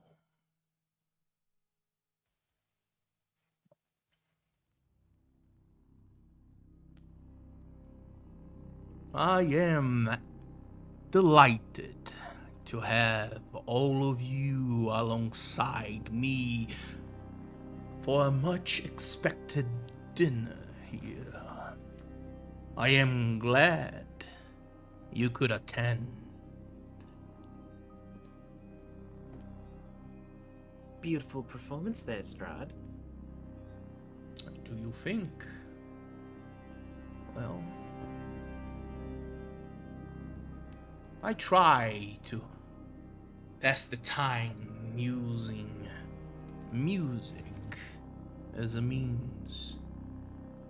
Not only the organ, the piano is something that I hold dear since times past. It clearly shows.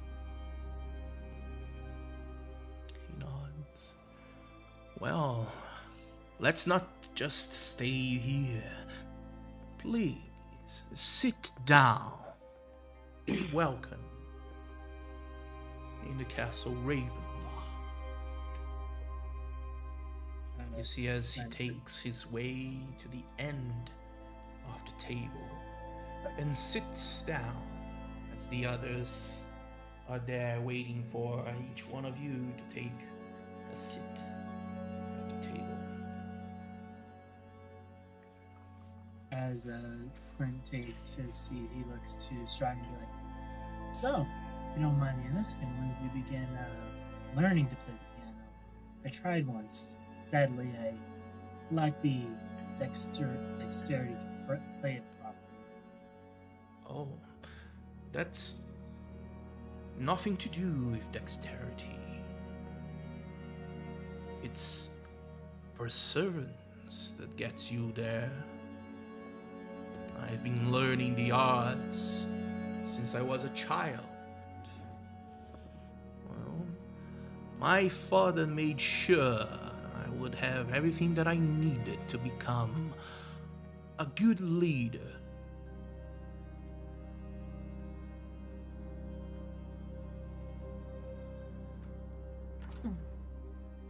I'll sit at the other end of the table directly across from Strahd.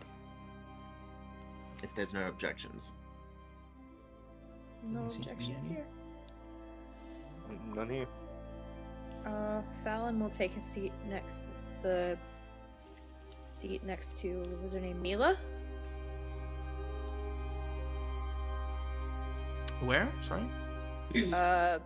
Next to the. That one. Ludmilla. you. I still can't figure out how to ping him with this. I'm sorry. Yes, Hold down hold left on. click. Hold left click. Okay. Yeah, exactly. Aha. Wow, I'm dumb.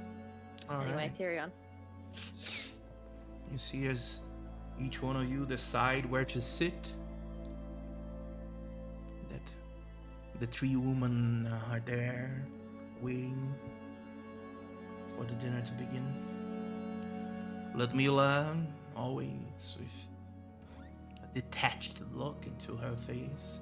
As you sit down, she just looks barely at you and then looks ahead, almost like she's there against her own will. The other one, with a red dress, seems to be more at ease, with a sly smile looking at each one of you. Every time one of you sits, she nods in approval. And the one with the golden dress seemed to watch you also, but in almost like a predator, maybe. A smile to the side. And tongue to her lip. And then all of you take your places here in the dinner Castle Ravenloft. Strahd looks at all of you and says, well, there's no need for you to wait. There's plenty of wine and food to all of you. Go ahead, dig in. Clint, well, with the best manners he can, he's only got the very basic of minimums how to get. Just kind of helps. Takes some food and takes a Strahd, and he's like, so, you still also practice with the blade on occasion, or you seem to have taken more of an interest into the arcane realm?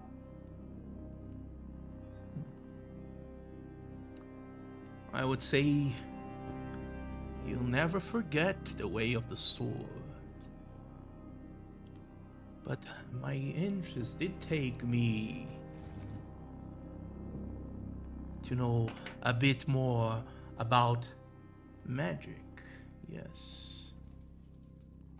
Any particular field that you've taken interest in? I've heard there are many fields. I've always been curious of what field a magic practitioner. Wait, I can do magic to a certain extent, not to the level that, such as yourself or your lovely wife, Amelia here.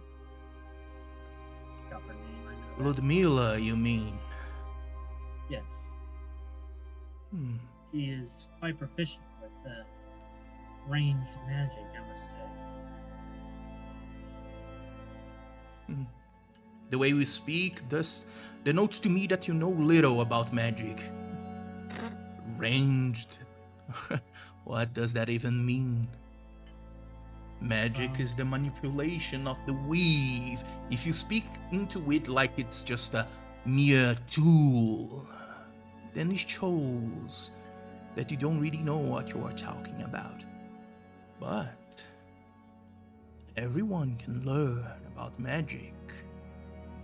If you are so inclined, I could invite you to stay here, Castle Ravenloft, and learn a bit, if you are so inclined. I would gladly take you up on that, but as you understand, I'm more of a wanderlust person, and must say I have another task to attend to. Do you? Yeah. And what task would that be that's more important than the acquiring of knowledge? I'm not saying that it's more important. It's just I gave my word that I would take this task as soon as possible. And, well, And what would that task be?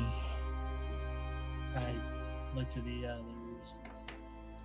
Just investigating a vineyard of sorts, making sure a member of a family is well. Oh, a vineyard, you say? The wizard of the wines took your fancy, huh? Good wine is always appreciated. Yes, wine is something that many of people like here. It's almost as if it's a commodity that people couldn't live without.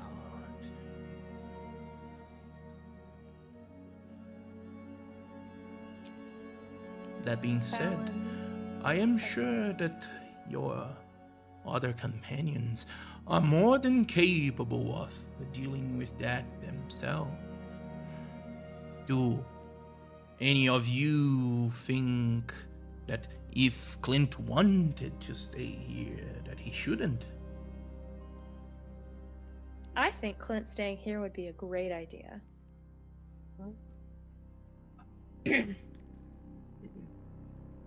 And this is where Perch is going to have a bit of a coughing choke moment going, sorry. I don't know if that's a... I don't personally think it's a wise idea, but I'm sure Clint knows the best options of what he would like to do. For sure. At this point, Fallon will turn to Strahd and so just say, I don't think we've had the pleasure. We did not. Thank you for inviting us to your home. Of course. And thank you for being here, Fallon. So you do know me. Why wouldn't I? Well, we haven't met. Oh.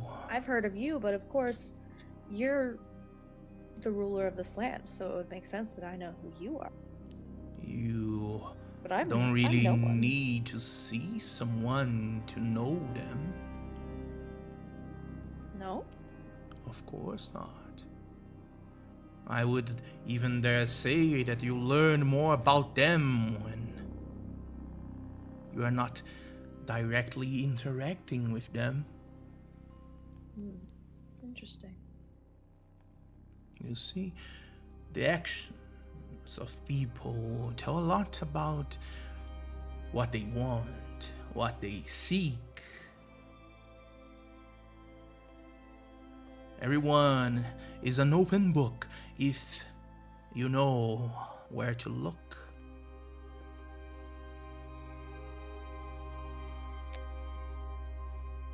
And what have you learned about me? Well, I'd say I know you are a traveler from the outside, but that would be known to from everyone, really. I know Sure. you are a bit taking on your judgment when the time comes and tend to maybe tend to go to a wrong reproach when things go south. But, well, your actions here show me that you are a person that's going to be grand still, and I'm expectant to see that.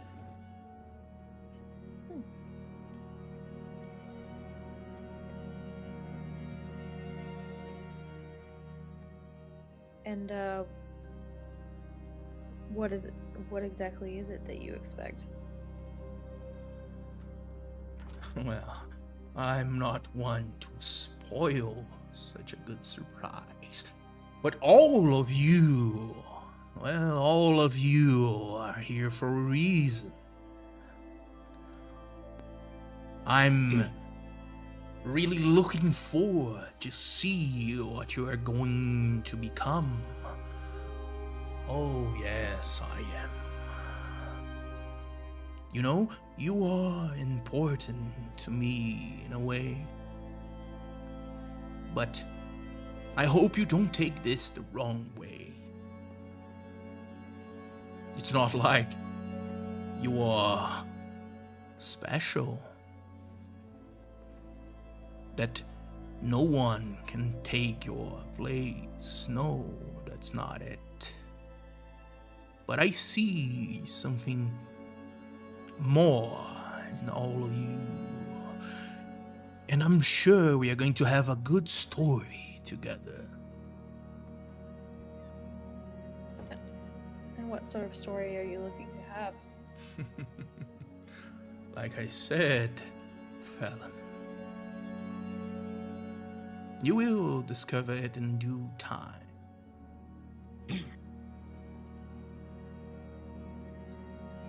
So, Strahd, what inspired you with the intricacies of our outfits? I'd try to give each one of you a glimpse of something even you might not know about yourselves yet.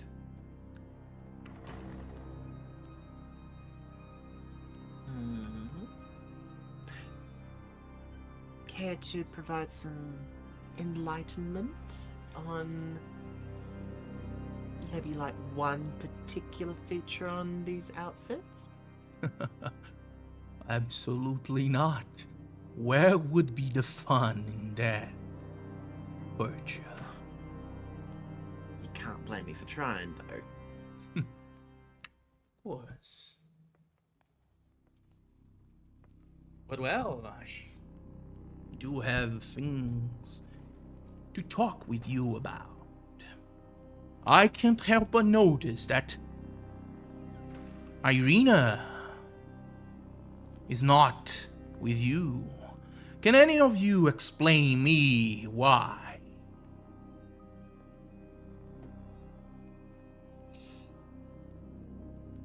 You make Irina uneasy. Do I? Let's be a little bit more direct since Strahd likes honesty. She's terrified of you. Hmm. I see. And what about you? Are you terrified of me? You've not given me a reason to be. I wouldn't say you personally have given me reason to be concerned for my safety, but I'll eye off Mila, that's next to Fallon. I'll just gingerly look at her and go, maybe a few others, but not you at the moment. Oh, yes. Haven't given me any reason to. I've heard of the dealings of Ludmilla in Valaki. She stepped out of bounds, and you can rest assured she was punished for it. Right, Ludmilla? She just nods. Of course, Master Strahd. It was completely my fault. Yes. That's not usually how I do things. Everyone has their wants, have they not? And of course, it stands to reason that I have mine. And right now, your well-being is there on the list.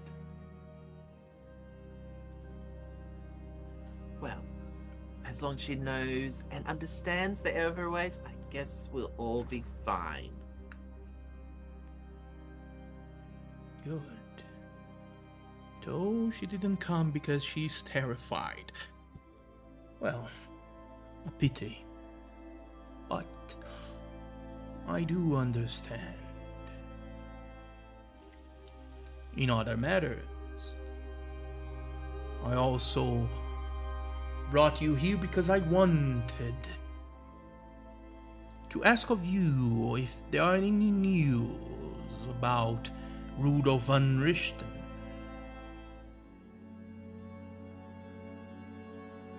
Nothing. No. All we've heard are legends and stories. As far as we're concerned, he's dead. I see. I doubt that. That one is more resilient than you realize. But it is no matter. I'm sure it's only a matter of time until you find something out about him. And of course, you're going to tell me about it, right? Of course. Of course. Why would we not? We're all friends here. All right, you can roll deception there, Percha. Ah. With disadvantage. I knew you would do that. It's okay. It's one of my good things, but Don't jinx You're it. still at disadvantage. I know that's the only thing. He was gonna have this advantage regardless. Hey! Ooh, that's a Finally, I nice can roll one. some decent Nice. dice. Yeah, you got that 20 at last, but you can't use it. I know, that's okay. 22 is better than nothing. It's a shame it was a DC 30, Jack. Yeah. I mean, I say it with such confidence as I'm drinking a glass of wine. Puff that chest out, girl. you see, as the Strahd goes and says, "Of course, you will. It's in your best interests, of course." Forgive my ignorance, my lord, but I just joined this group in the last few days, so I am unaware of the missive that you've given them and who it is that they're supposed to be looking for. Oh, I see. Well, let me elucidate then. I, of course, met them at the village of Barovia. A good time, of course. And there we had a conversation about the man Rudolf von Richten, who some years ago took upon himself to go to Castle Ravenloft with some poor souls who didn't know better. I was so eager to meet the man, for I am a fan of his work, that I asked of the group that they search for information about the man and give it to me. I would love to have some time to talk with him.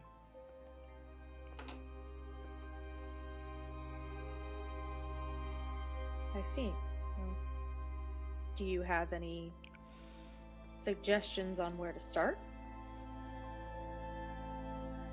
Of course. Every town is a hub for information.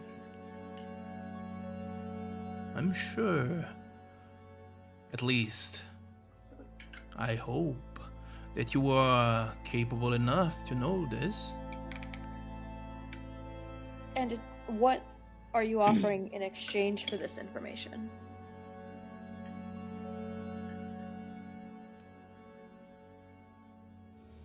Well, what do you desire?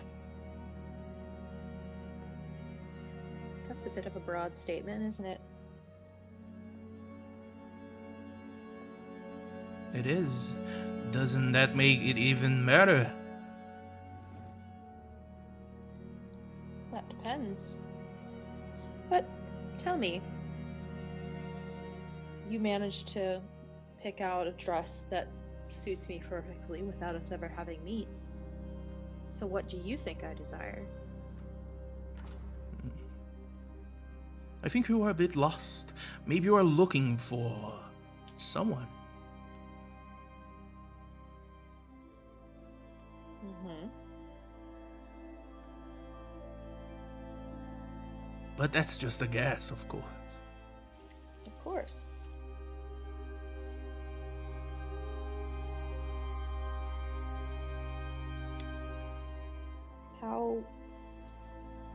How often do you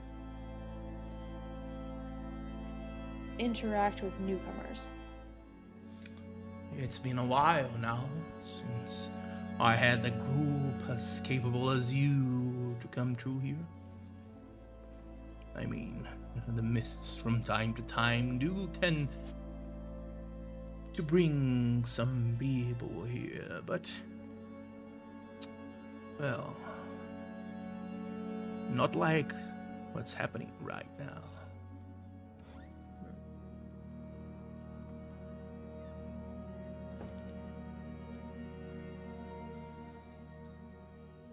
So, how is it that, let's say, you're right, and I am looking for someone? How can you help with that? I can help you find anything that you like, Phelan.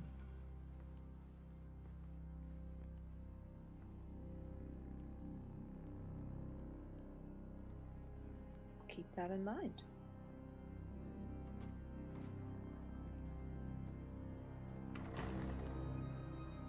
You see, as the dinner begins to get into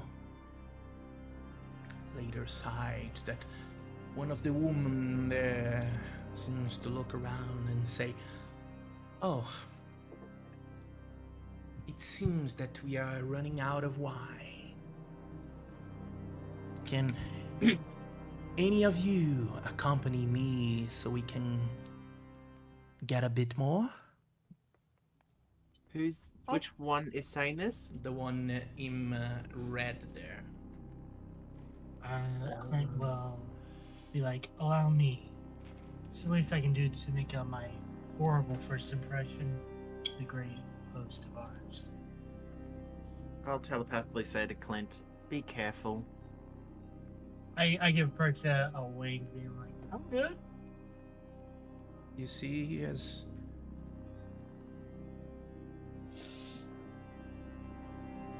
the woman stands up, makes her way out alongside Clint, and I do need Clint to go to the secret room. Oh, I'm about to get the secret room, people. Yay!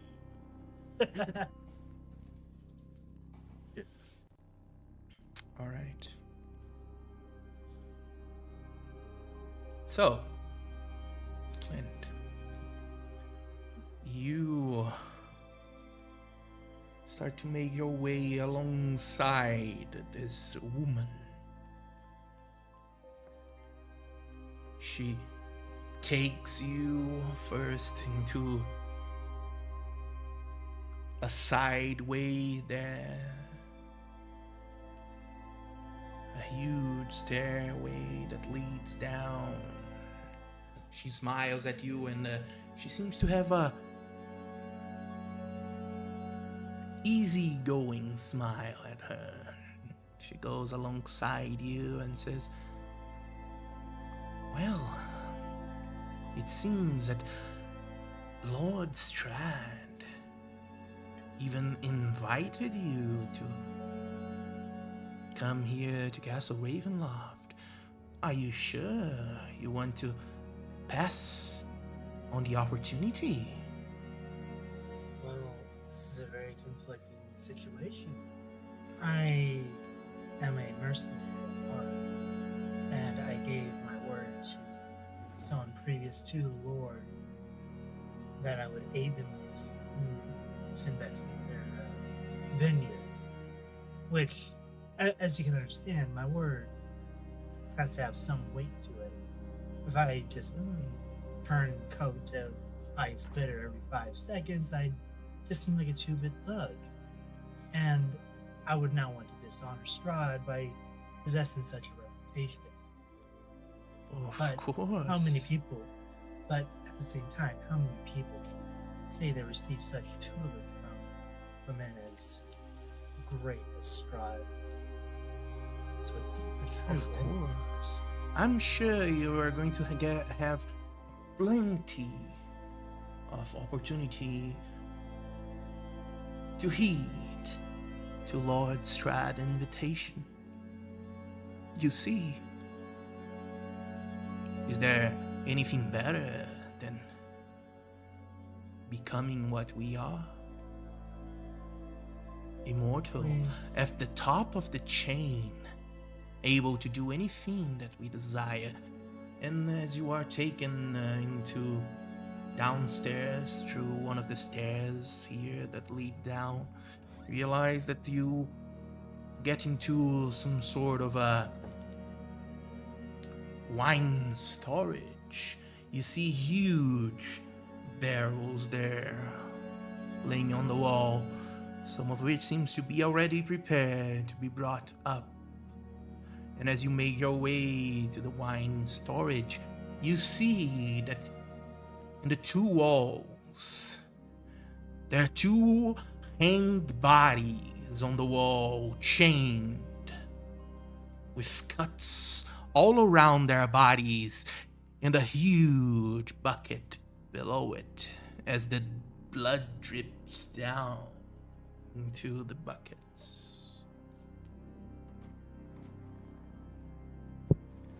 She goes towards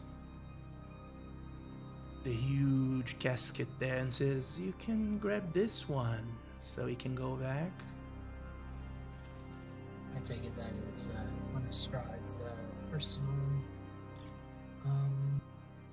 choices. I gesture to the stricken bodies as I pick up the Oof. basket. But of course, you didn't really forget what we are, did you? I admit I am no one's definition of achievement, but even I'm not that dense.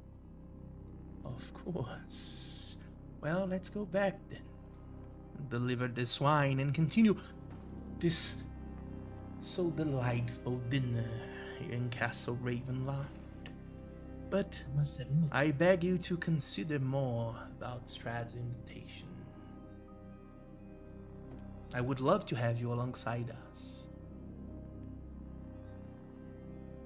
truth be told, I actually came to Barovia on the prospect of new work opportunities and putting something that's away. I see. And now you are given the opportunity of working with the most powerful being here. Well, but let's put a pin on that. We always need to think a bit more to arrive at a good conclusion, don't we? Of course, this is a monumentous choice, and as I said, it's not just simply a choice. It's to ensure Strahd is not being carried through the mud by just association of someone as myself. Because we did not want Strahd to. We did not want people to assume Strahd would just hire 2 good mercenaries, would we? Do you really think he's bothered by any of that? I do not, but at the same time, Well, it doesn't if I said matter. otherwise, he probably wouldn't have killed me. Oh, you take him a bit out of context, I would say. I don't think he would have killed you, no. He's open to conversations, to knowing people better. The only thing he really despises are disrespectful people who don't know their place. And people who lack the courage to do what it needs to be done. Let's go, Clint, the mercenary, back to dinner. And then you are led back up to the stairs, carrying the casket full of wine, and arrive back at the dinner table.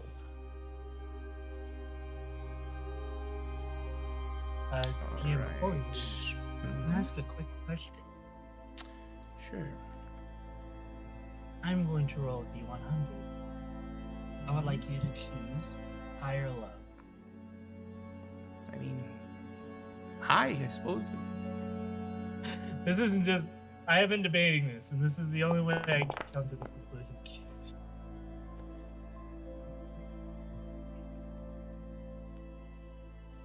Okay. Would you like me to tell you what the roll would have been? If you want.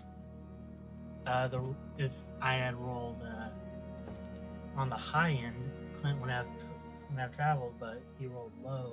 And he's probably going to choose to study under Strahd for a bit. All right. I'm trying to make a good story for you, buddy. I'm sorry if I'm Sure. annoying about it. All right, no, it's all good. And you are back at the dinner table, I'll be hopping over alongside. to All right, we are back. Welcome back, friends.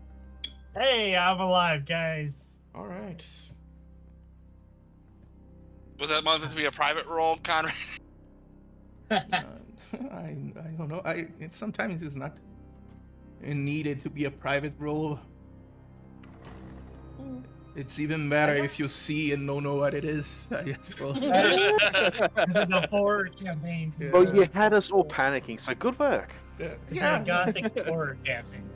Right, so I gotta do something to scare you. All right. So, but you see, as Clint is back alongside Nastrasia into the dinner hall there, Clint seems to be bringing a casket of wine that he puts aside.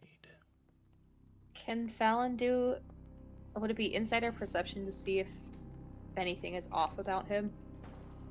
Sure. I feel the same. Go for it. Would it be insider perception?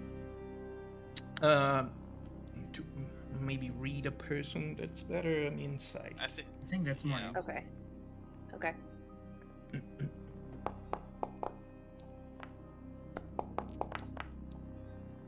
Yep. Good rolls. All right. I will say that Fallon and Kita are quite perceptive. Might not have everything that they want, but they do have something. So the one who can tell us something is Clint himself. Clint Go ahead. looks like he came to a choice, but all in all, physically it looks fine. He's carrying a barrel full of wine, and is waiting to be instructed where you want it should be put down. He has Asker says, you can put it right to the side there. I will serve it myself. I put it to the side of where he instructed, and we take my seat back to where I was originally.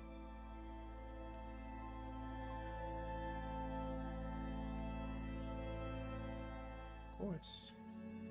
A truly lovely wine cellar. Where do you import your wine from?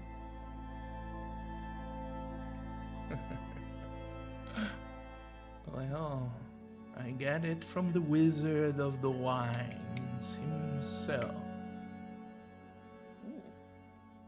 But let's say Sounds like that My kind my wine is a bit, well, let's say more exquisite than the ones you are accustomed to. It varies a lot from one to the other. I'm gonna have a sniff at the wine that I'm drinking from. Is it does Yeah. it smell odd? It Out of smell place? That's like, not the seems to wine. smell like wine.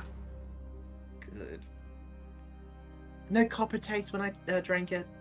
No, not copper. Iron taste Iron. to it. No. Good. That's I had the wrong metal in my head. That's all it was. That's wine. What's the worst I can Oh, a lot of things. HIV. A lot of things. A lot of things. I would like to actually make a medicine check to see if I can tell if it's been tampered with. Sure. Can go ahead. So disgusting. Can I run distraction? No. Yeah. This wine is great. You do see after the It's safe, consume as conversation much. about wines, Fallon just looks at the the glass there and puts a bit to the side and starts to nibble at it to see if there's anything in there. And Strahd seems to notice and says,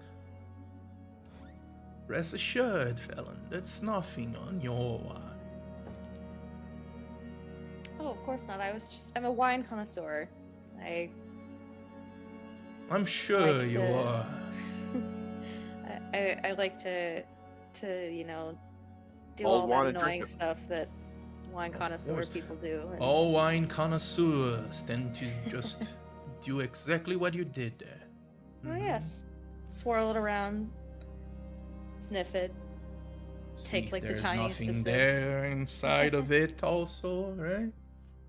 Of course, no, it's delicious. Mhm. So, what else are we here for this evening, Strahd? besides a beautiful meal and lovely wine.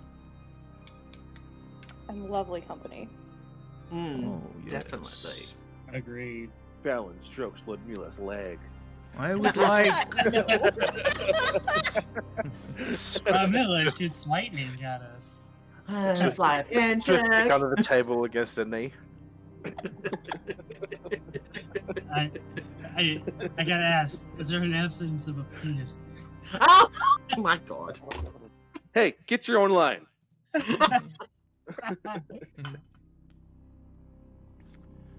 Well, I would very much like your insight on a matter. Of course. You see, it came to my attention that a group of people seem to have been, well, making quite the ruckus here in Biovia. You see, I liked how things were in the village of Valaki there. But now, everything seemed to be changed. Radin here informed me that, well, things are not standing as they should be. The Baron seems to be no more. The elves of the Reformation Center seem to have left there. Of course, even the noble woman Fiona Wachter seemed to have been dealt with. Imagine my surprise when not long ago I told you not to meddle with things beyond your control, and now things are getting a bit out of hand. For that reason, I thought to myself, why don't I just change the town of Valaki in a way that I think is more fitting to what I desire? I can, in a sense, eradicate those who seem to have having the wrong thoughts on that town now. And maybe the next batch is going to be a bit more to my liking. What do you think?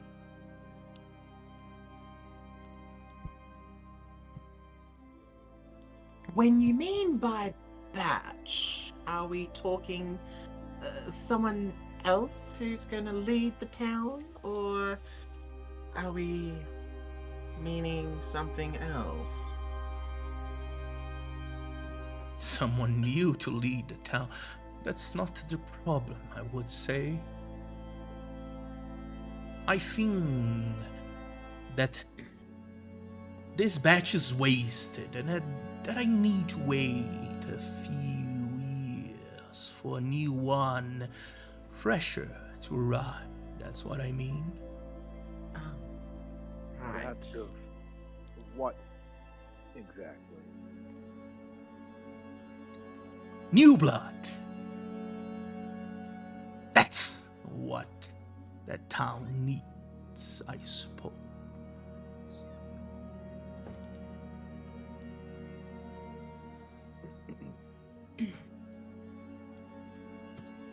Well, would you rather honesty, or would you rather dance around the truth? I always deem honesty the best thing for people to have. Some people might mistake it, honesty, to disrespect, and that I do not abide. But if you want to speak your mind, tell me what you think, what you really think.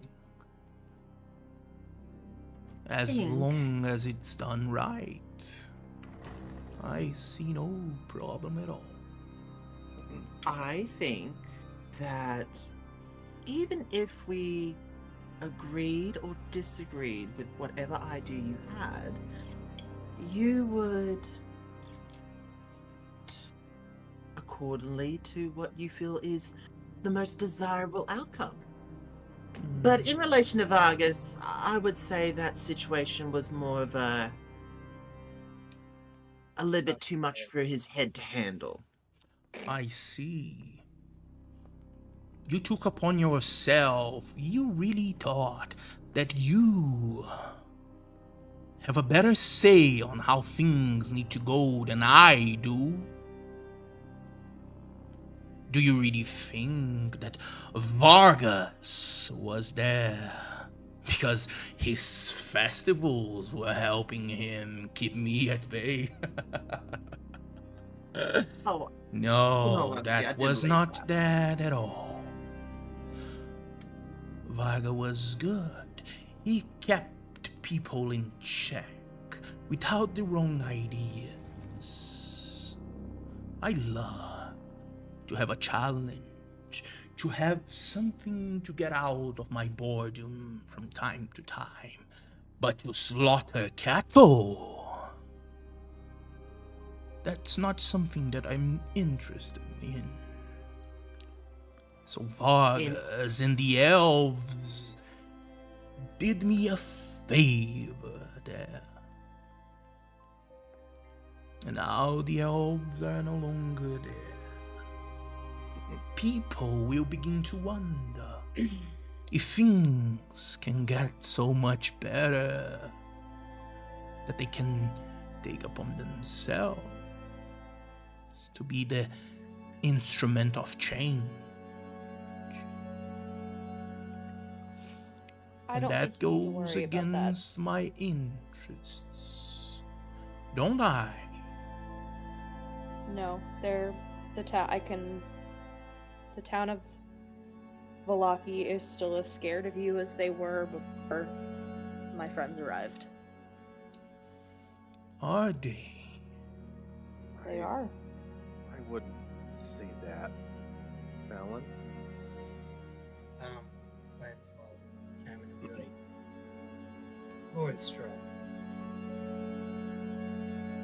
you made it very clear that every piece of the board is exactly what it should to be. Aren't you the least bit curious of how this sudden change will look? Who knows? Might be a better outcome than even you can have anticipated. I don't think he feels that way. I'm trying to minimize the inside of No. the town. I gotta say, Clint, the first time I met you, I thought you were just a brutish simpleton, but getting to know you better, you might be on to something. Yes, what if this change brings me something more exciting? Right? Yes. Leave the town be for a while and see how things turn out. What's the harm in watching and seeing a change grow? A good idea. You should trust more on your capabilities, my guests. You are capable of much more than you realize. I'm glad to listen to what you have to say, and your friend Clint here did give me a wonderful response. He smiles.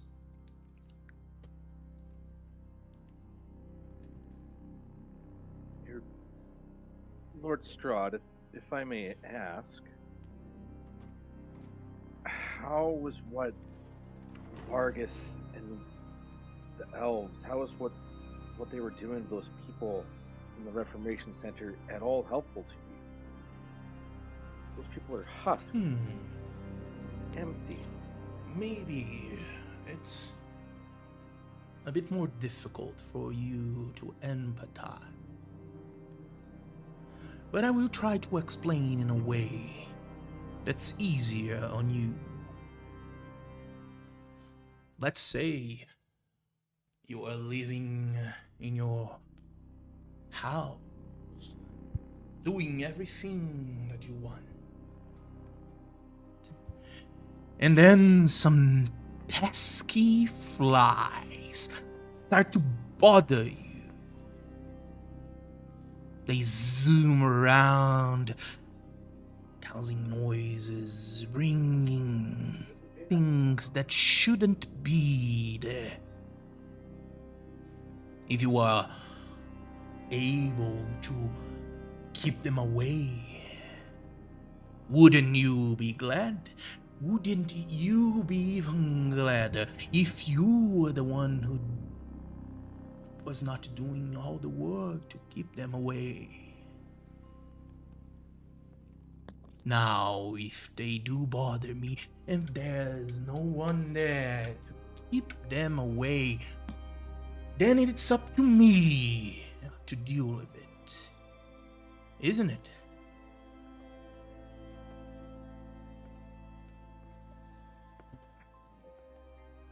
If the pests are bothering you, just open the window and set them free. Well, that could be done. If they weren't so delicious. So those people are your food? But of course, didn't you realize we do not eat food? He grabs his wine glass. We have something tastier. I'd always heard your kind feast on the living, Are you but not to interrupt, are you basically hinting that you're keeping them as a personal blood bank? How delightful to have intelligent people to converse.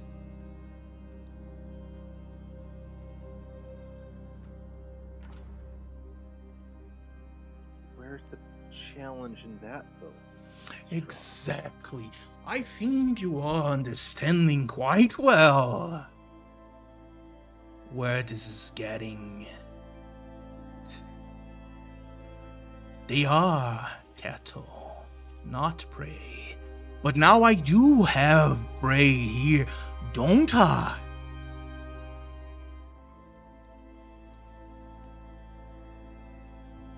I'd like to insight who he on that one, if he's referring to us in the Ah, room. I when he mean, said come that. on. Oh, you don't have to. I'm just making I don't think you need Yeah. to roll for that. Come on! Just I'm cut just it, making get it. I sure. will I just give wanna you be sure. one exhaustion just because you asked that. How do you dare? Seriously asking that Now, Strahd, you say you have prey here in the room, but what I find interesting is that you need something from us. And if you make us your prey, we can't help you because we'll be like those people. Oh, yes. Those people of had no course. minds. They were completely out of it and more of a simpleton than you, I would argue, perhaps correctly assumed Clint to be. But Clint's feel a little offended, but also at the same time, he has done little to express the contrary. So, Well, let's say. what is preying on us? How does preying on us help you with your larger goal? Well, that remains to be seen, I suppose. It's not like it concerns you right now. What I can say is that the you of now is still a mere inconvenience if you do decide to do something. But like I said, I have higher hopes for what you can become. And there will be a time that you are going to give me something so good that, well, let's say this is a time for the ages. I think we can all agree on that one.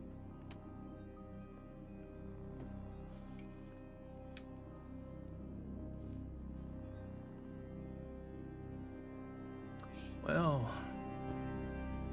I suppose we can get into another topic of conversation now, unless you have anything to ask.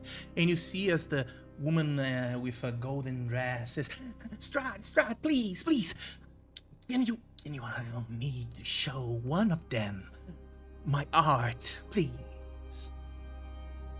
Strahd goes, but of course, Volenta.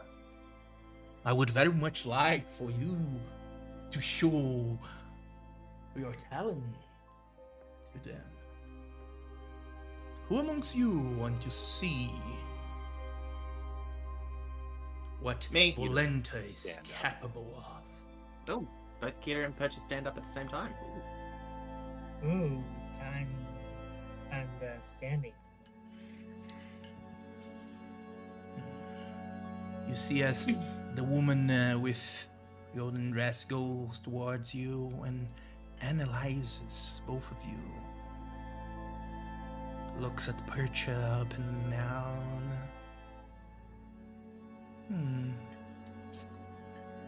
Then looks at Gita.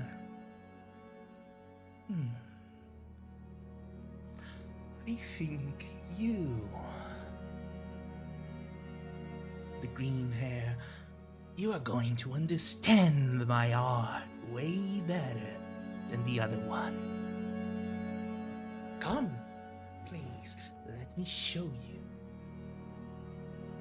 Feel offended. Kita. Yeah. Oh, orange hair. Yeah, that's what I was questioning. I was like, green hair. Since when did Jeromo get into the conversation? The bird didn't stand up. I mean, I am very artistic, so. But all right. You see as the woman there giggles and says, come. There's something that you need to see. There's something that you are going to love. Of course. You see as Volenta and Akita leave the room. And now I need you to in the secret room. Go ahead. Peace.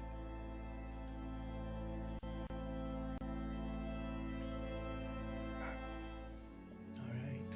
You start to make your way away from the dining hall there. You pass through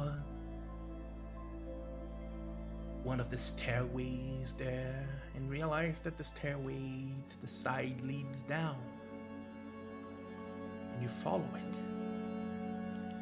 You go through a corridor leading to a massive clearing there at the castle. At the distance you can even see the wine storage. But that's not where this woman is guiding you. She seems to usher you along until you arrive at a strange double door. She opens it and says, please go in. After you. She goes in, and as soon as you get into this place, passing through the door, you see a room filled to the brim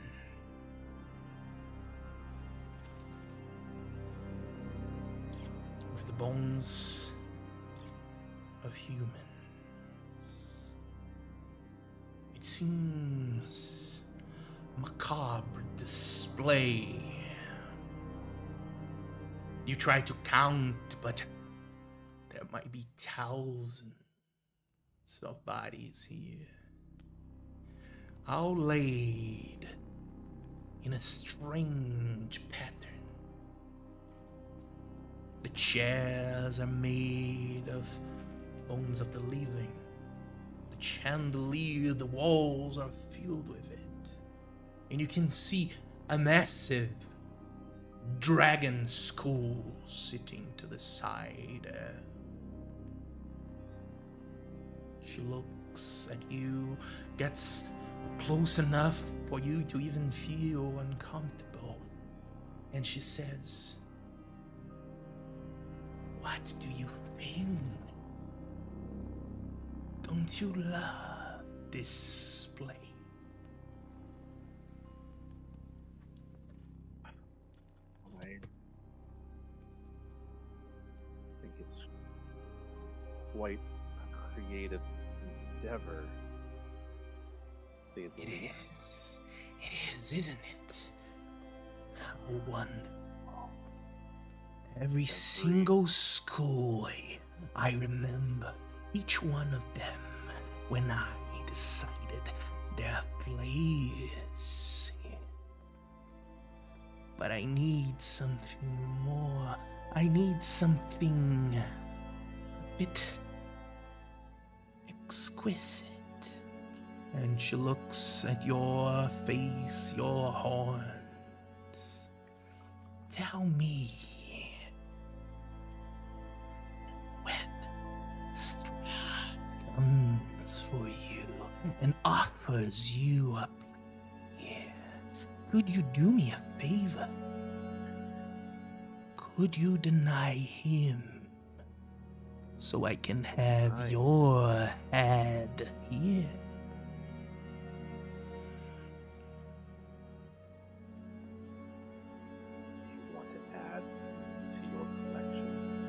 Of course I want. Look at you. You have a special place here.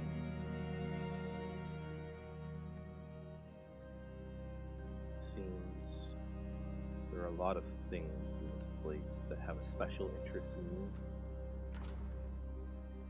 Oh, don't let them get to you. Let me, please.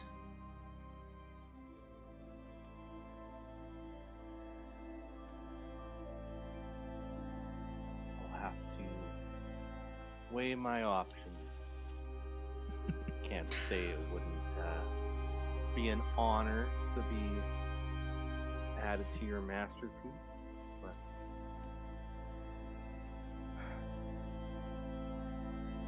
there are lots of things at play in Barovia.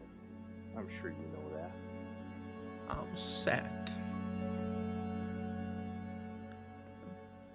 But it is all right. I am patient. I can wait.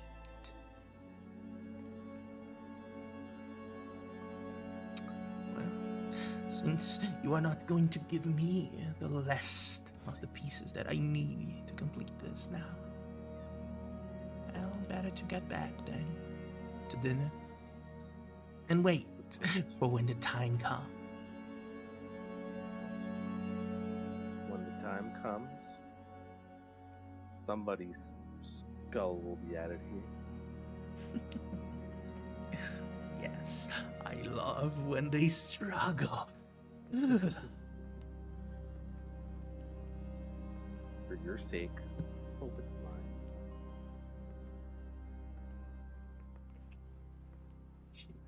As she makes her way behind you, see a strange movement from her From time to time, you swear you can't see her anymore, but she's there, watching from the edges of your vision as you climb up the stairs. And then you make your way back to the banquet hall, being followed closely by her.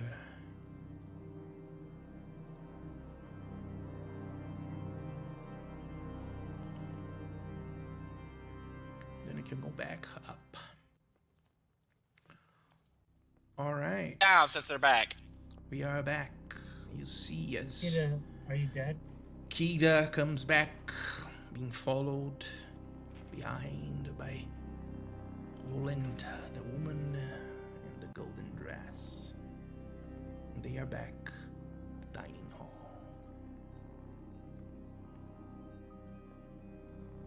Rita takes her seat and locks her eyes directly onto the plate.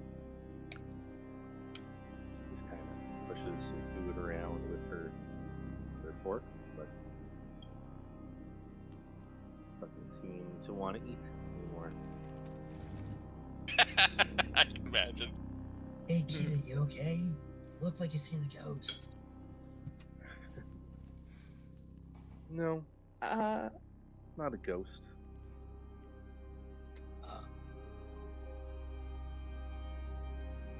A masterpiece. That's nice. can I would like to do I guess it'd be perception to just kind of give her a once over physically to see if there's any evidence that she was potentially. Sure. Okay, go ahead. Roll a perception. I know. I'm sorry. She don't trust shit.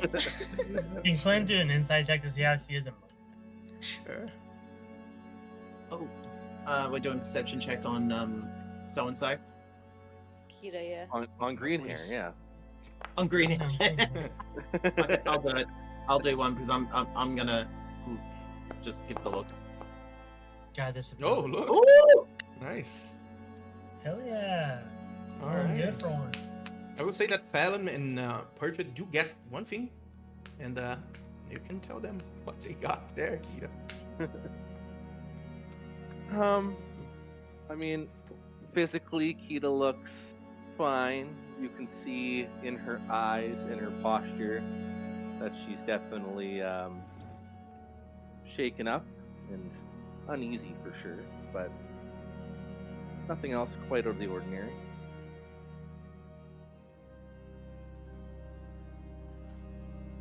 I'll just telepathically say to Kita, "Are you okay?"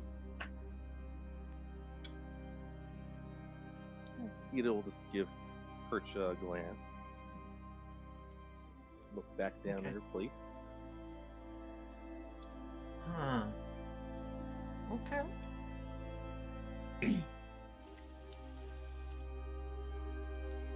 The kids ain't alright. Wow, looks like this evening is going very well, Strahd, by the looks of things. It is, isn't it?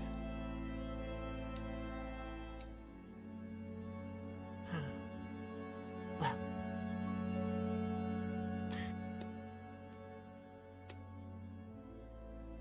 What do you see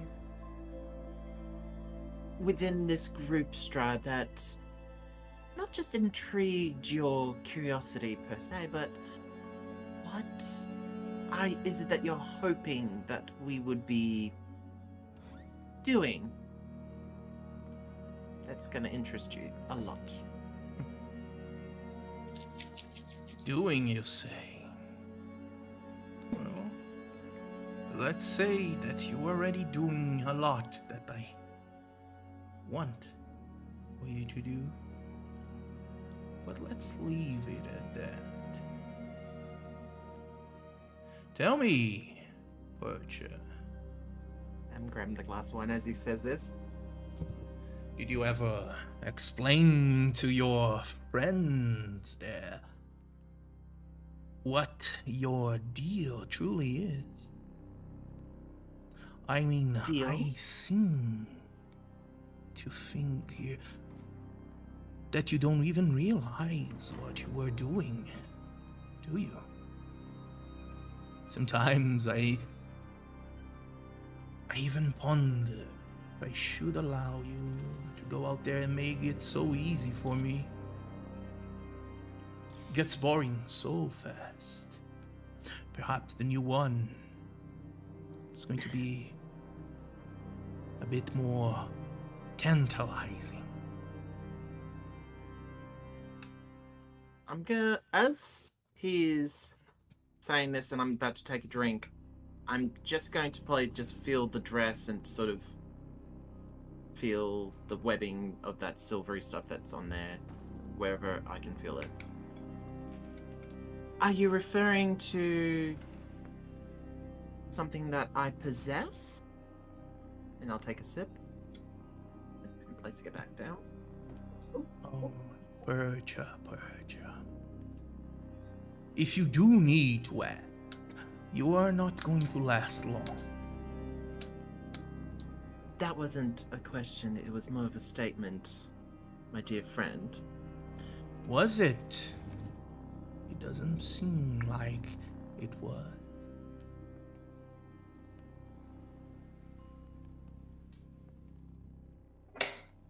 All I know is I was told to come to Barovia to do something for someone, and they were going to help me in the process. I don't know any more than that. Oh, how fun.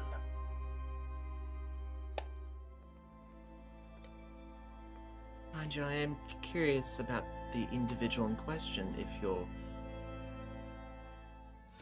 Oh, I do know much more than you realize. But I'm guessing you're not going to say what. Of course not, Percha. Of course not.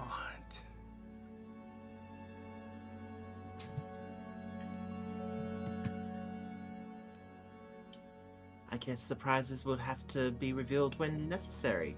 Wouldn't you agree? Oh, they sure will be revealed to some of you sooner than later.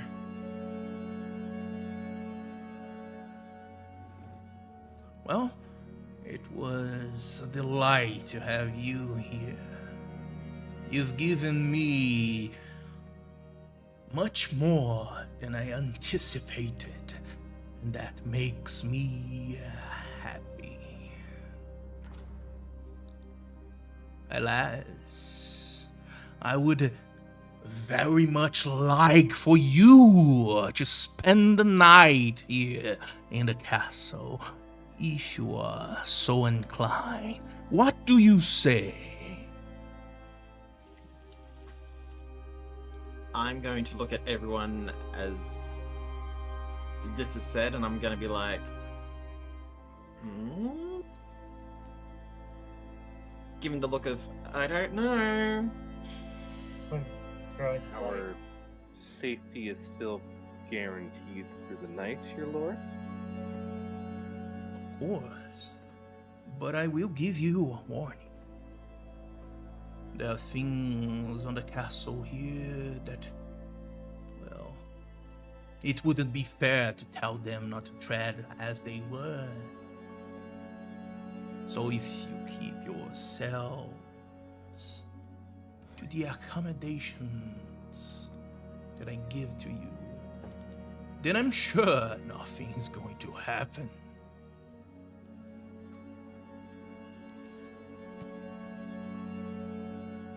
Could I ask, if we do stay, that could I have a look at one of your many, or one of your, your library that I have been informed that you have I will a beautiful give collection you of?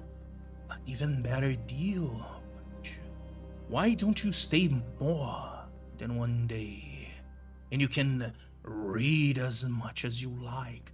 I have thousands and thousands of books that a single day wouldn't help you at all.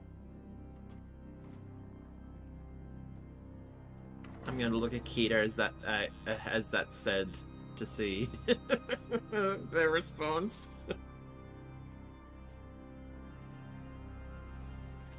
And I'm gonna telepathically say, I don't like how he said that.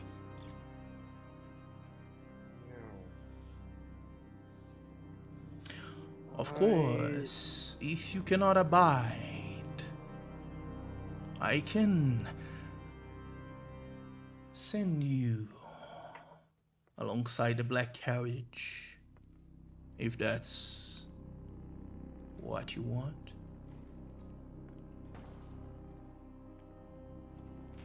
I'm open to staying. I mean, I wouldn't mind seeing the library myself. Oh, I have you enough are. with- You are, of course, welcome to stay, Galen, for as many days as you'd like. And then the library is going to be yours. You can spend all of your day learning everything that you can.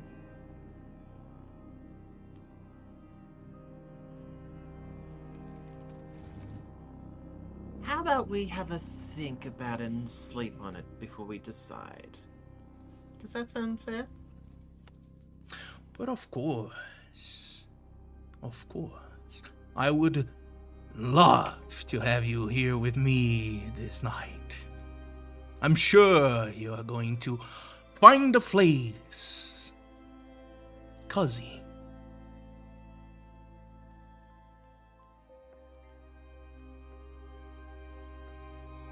Okay. Well, I think we can all try to sleep on the idea before we decide. As long as our conversations are private, if you know what I mean. What do you think, Percha? Curiosity kills the cat. Oh. I hope I'm not understanding this the wrong way, and I am the cat on this story No. of yours. No, just as a general thing, sometimes curiosity does kill the cat. It does, doesn't it? Hmm. Well, we'll let you know of our answer in the morning. Very well. Rahden, prepare their chambers. They are our guests for the night.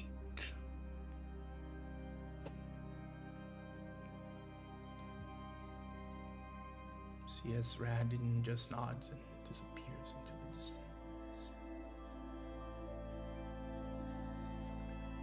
Now, with your excuse, I have matters to attend, but Esker is going to bring you to your chambers. Just out of curiosity, last thing, Strahd. These outfits, do we get to keep them or do we have to hand them back to you? Those are all yours, my dears. Cute. I appreciate gifts. Don't we all? And I'll get up and just wait till we're all ready to go. And you get up, you see a satisfied smile on Strahd's face as he watches you being guided by Esker.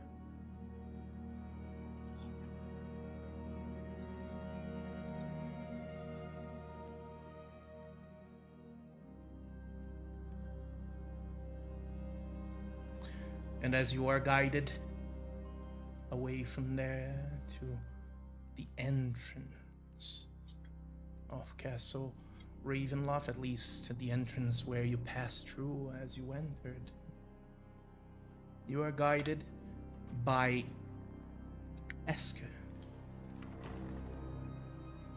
upstairs. As you make your way into the entrance there, passing through the door, you see Esker look at you and say, "Oh, I didn't know you would be joining us so soon." He is a convincing man. I'm glad to have you alongside us now. For the night. Depends on if we stay here another. For the night. Yes.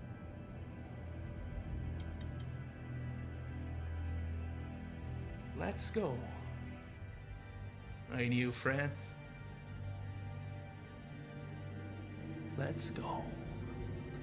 And you are led upstairs. You go through some of the stairways there and arrive in the guest room to spend the night in Castle Ravenloft. I'm sure that's a good idea. And that's where we are going to end today's set. Alright. We're in the lion's den.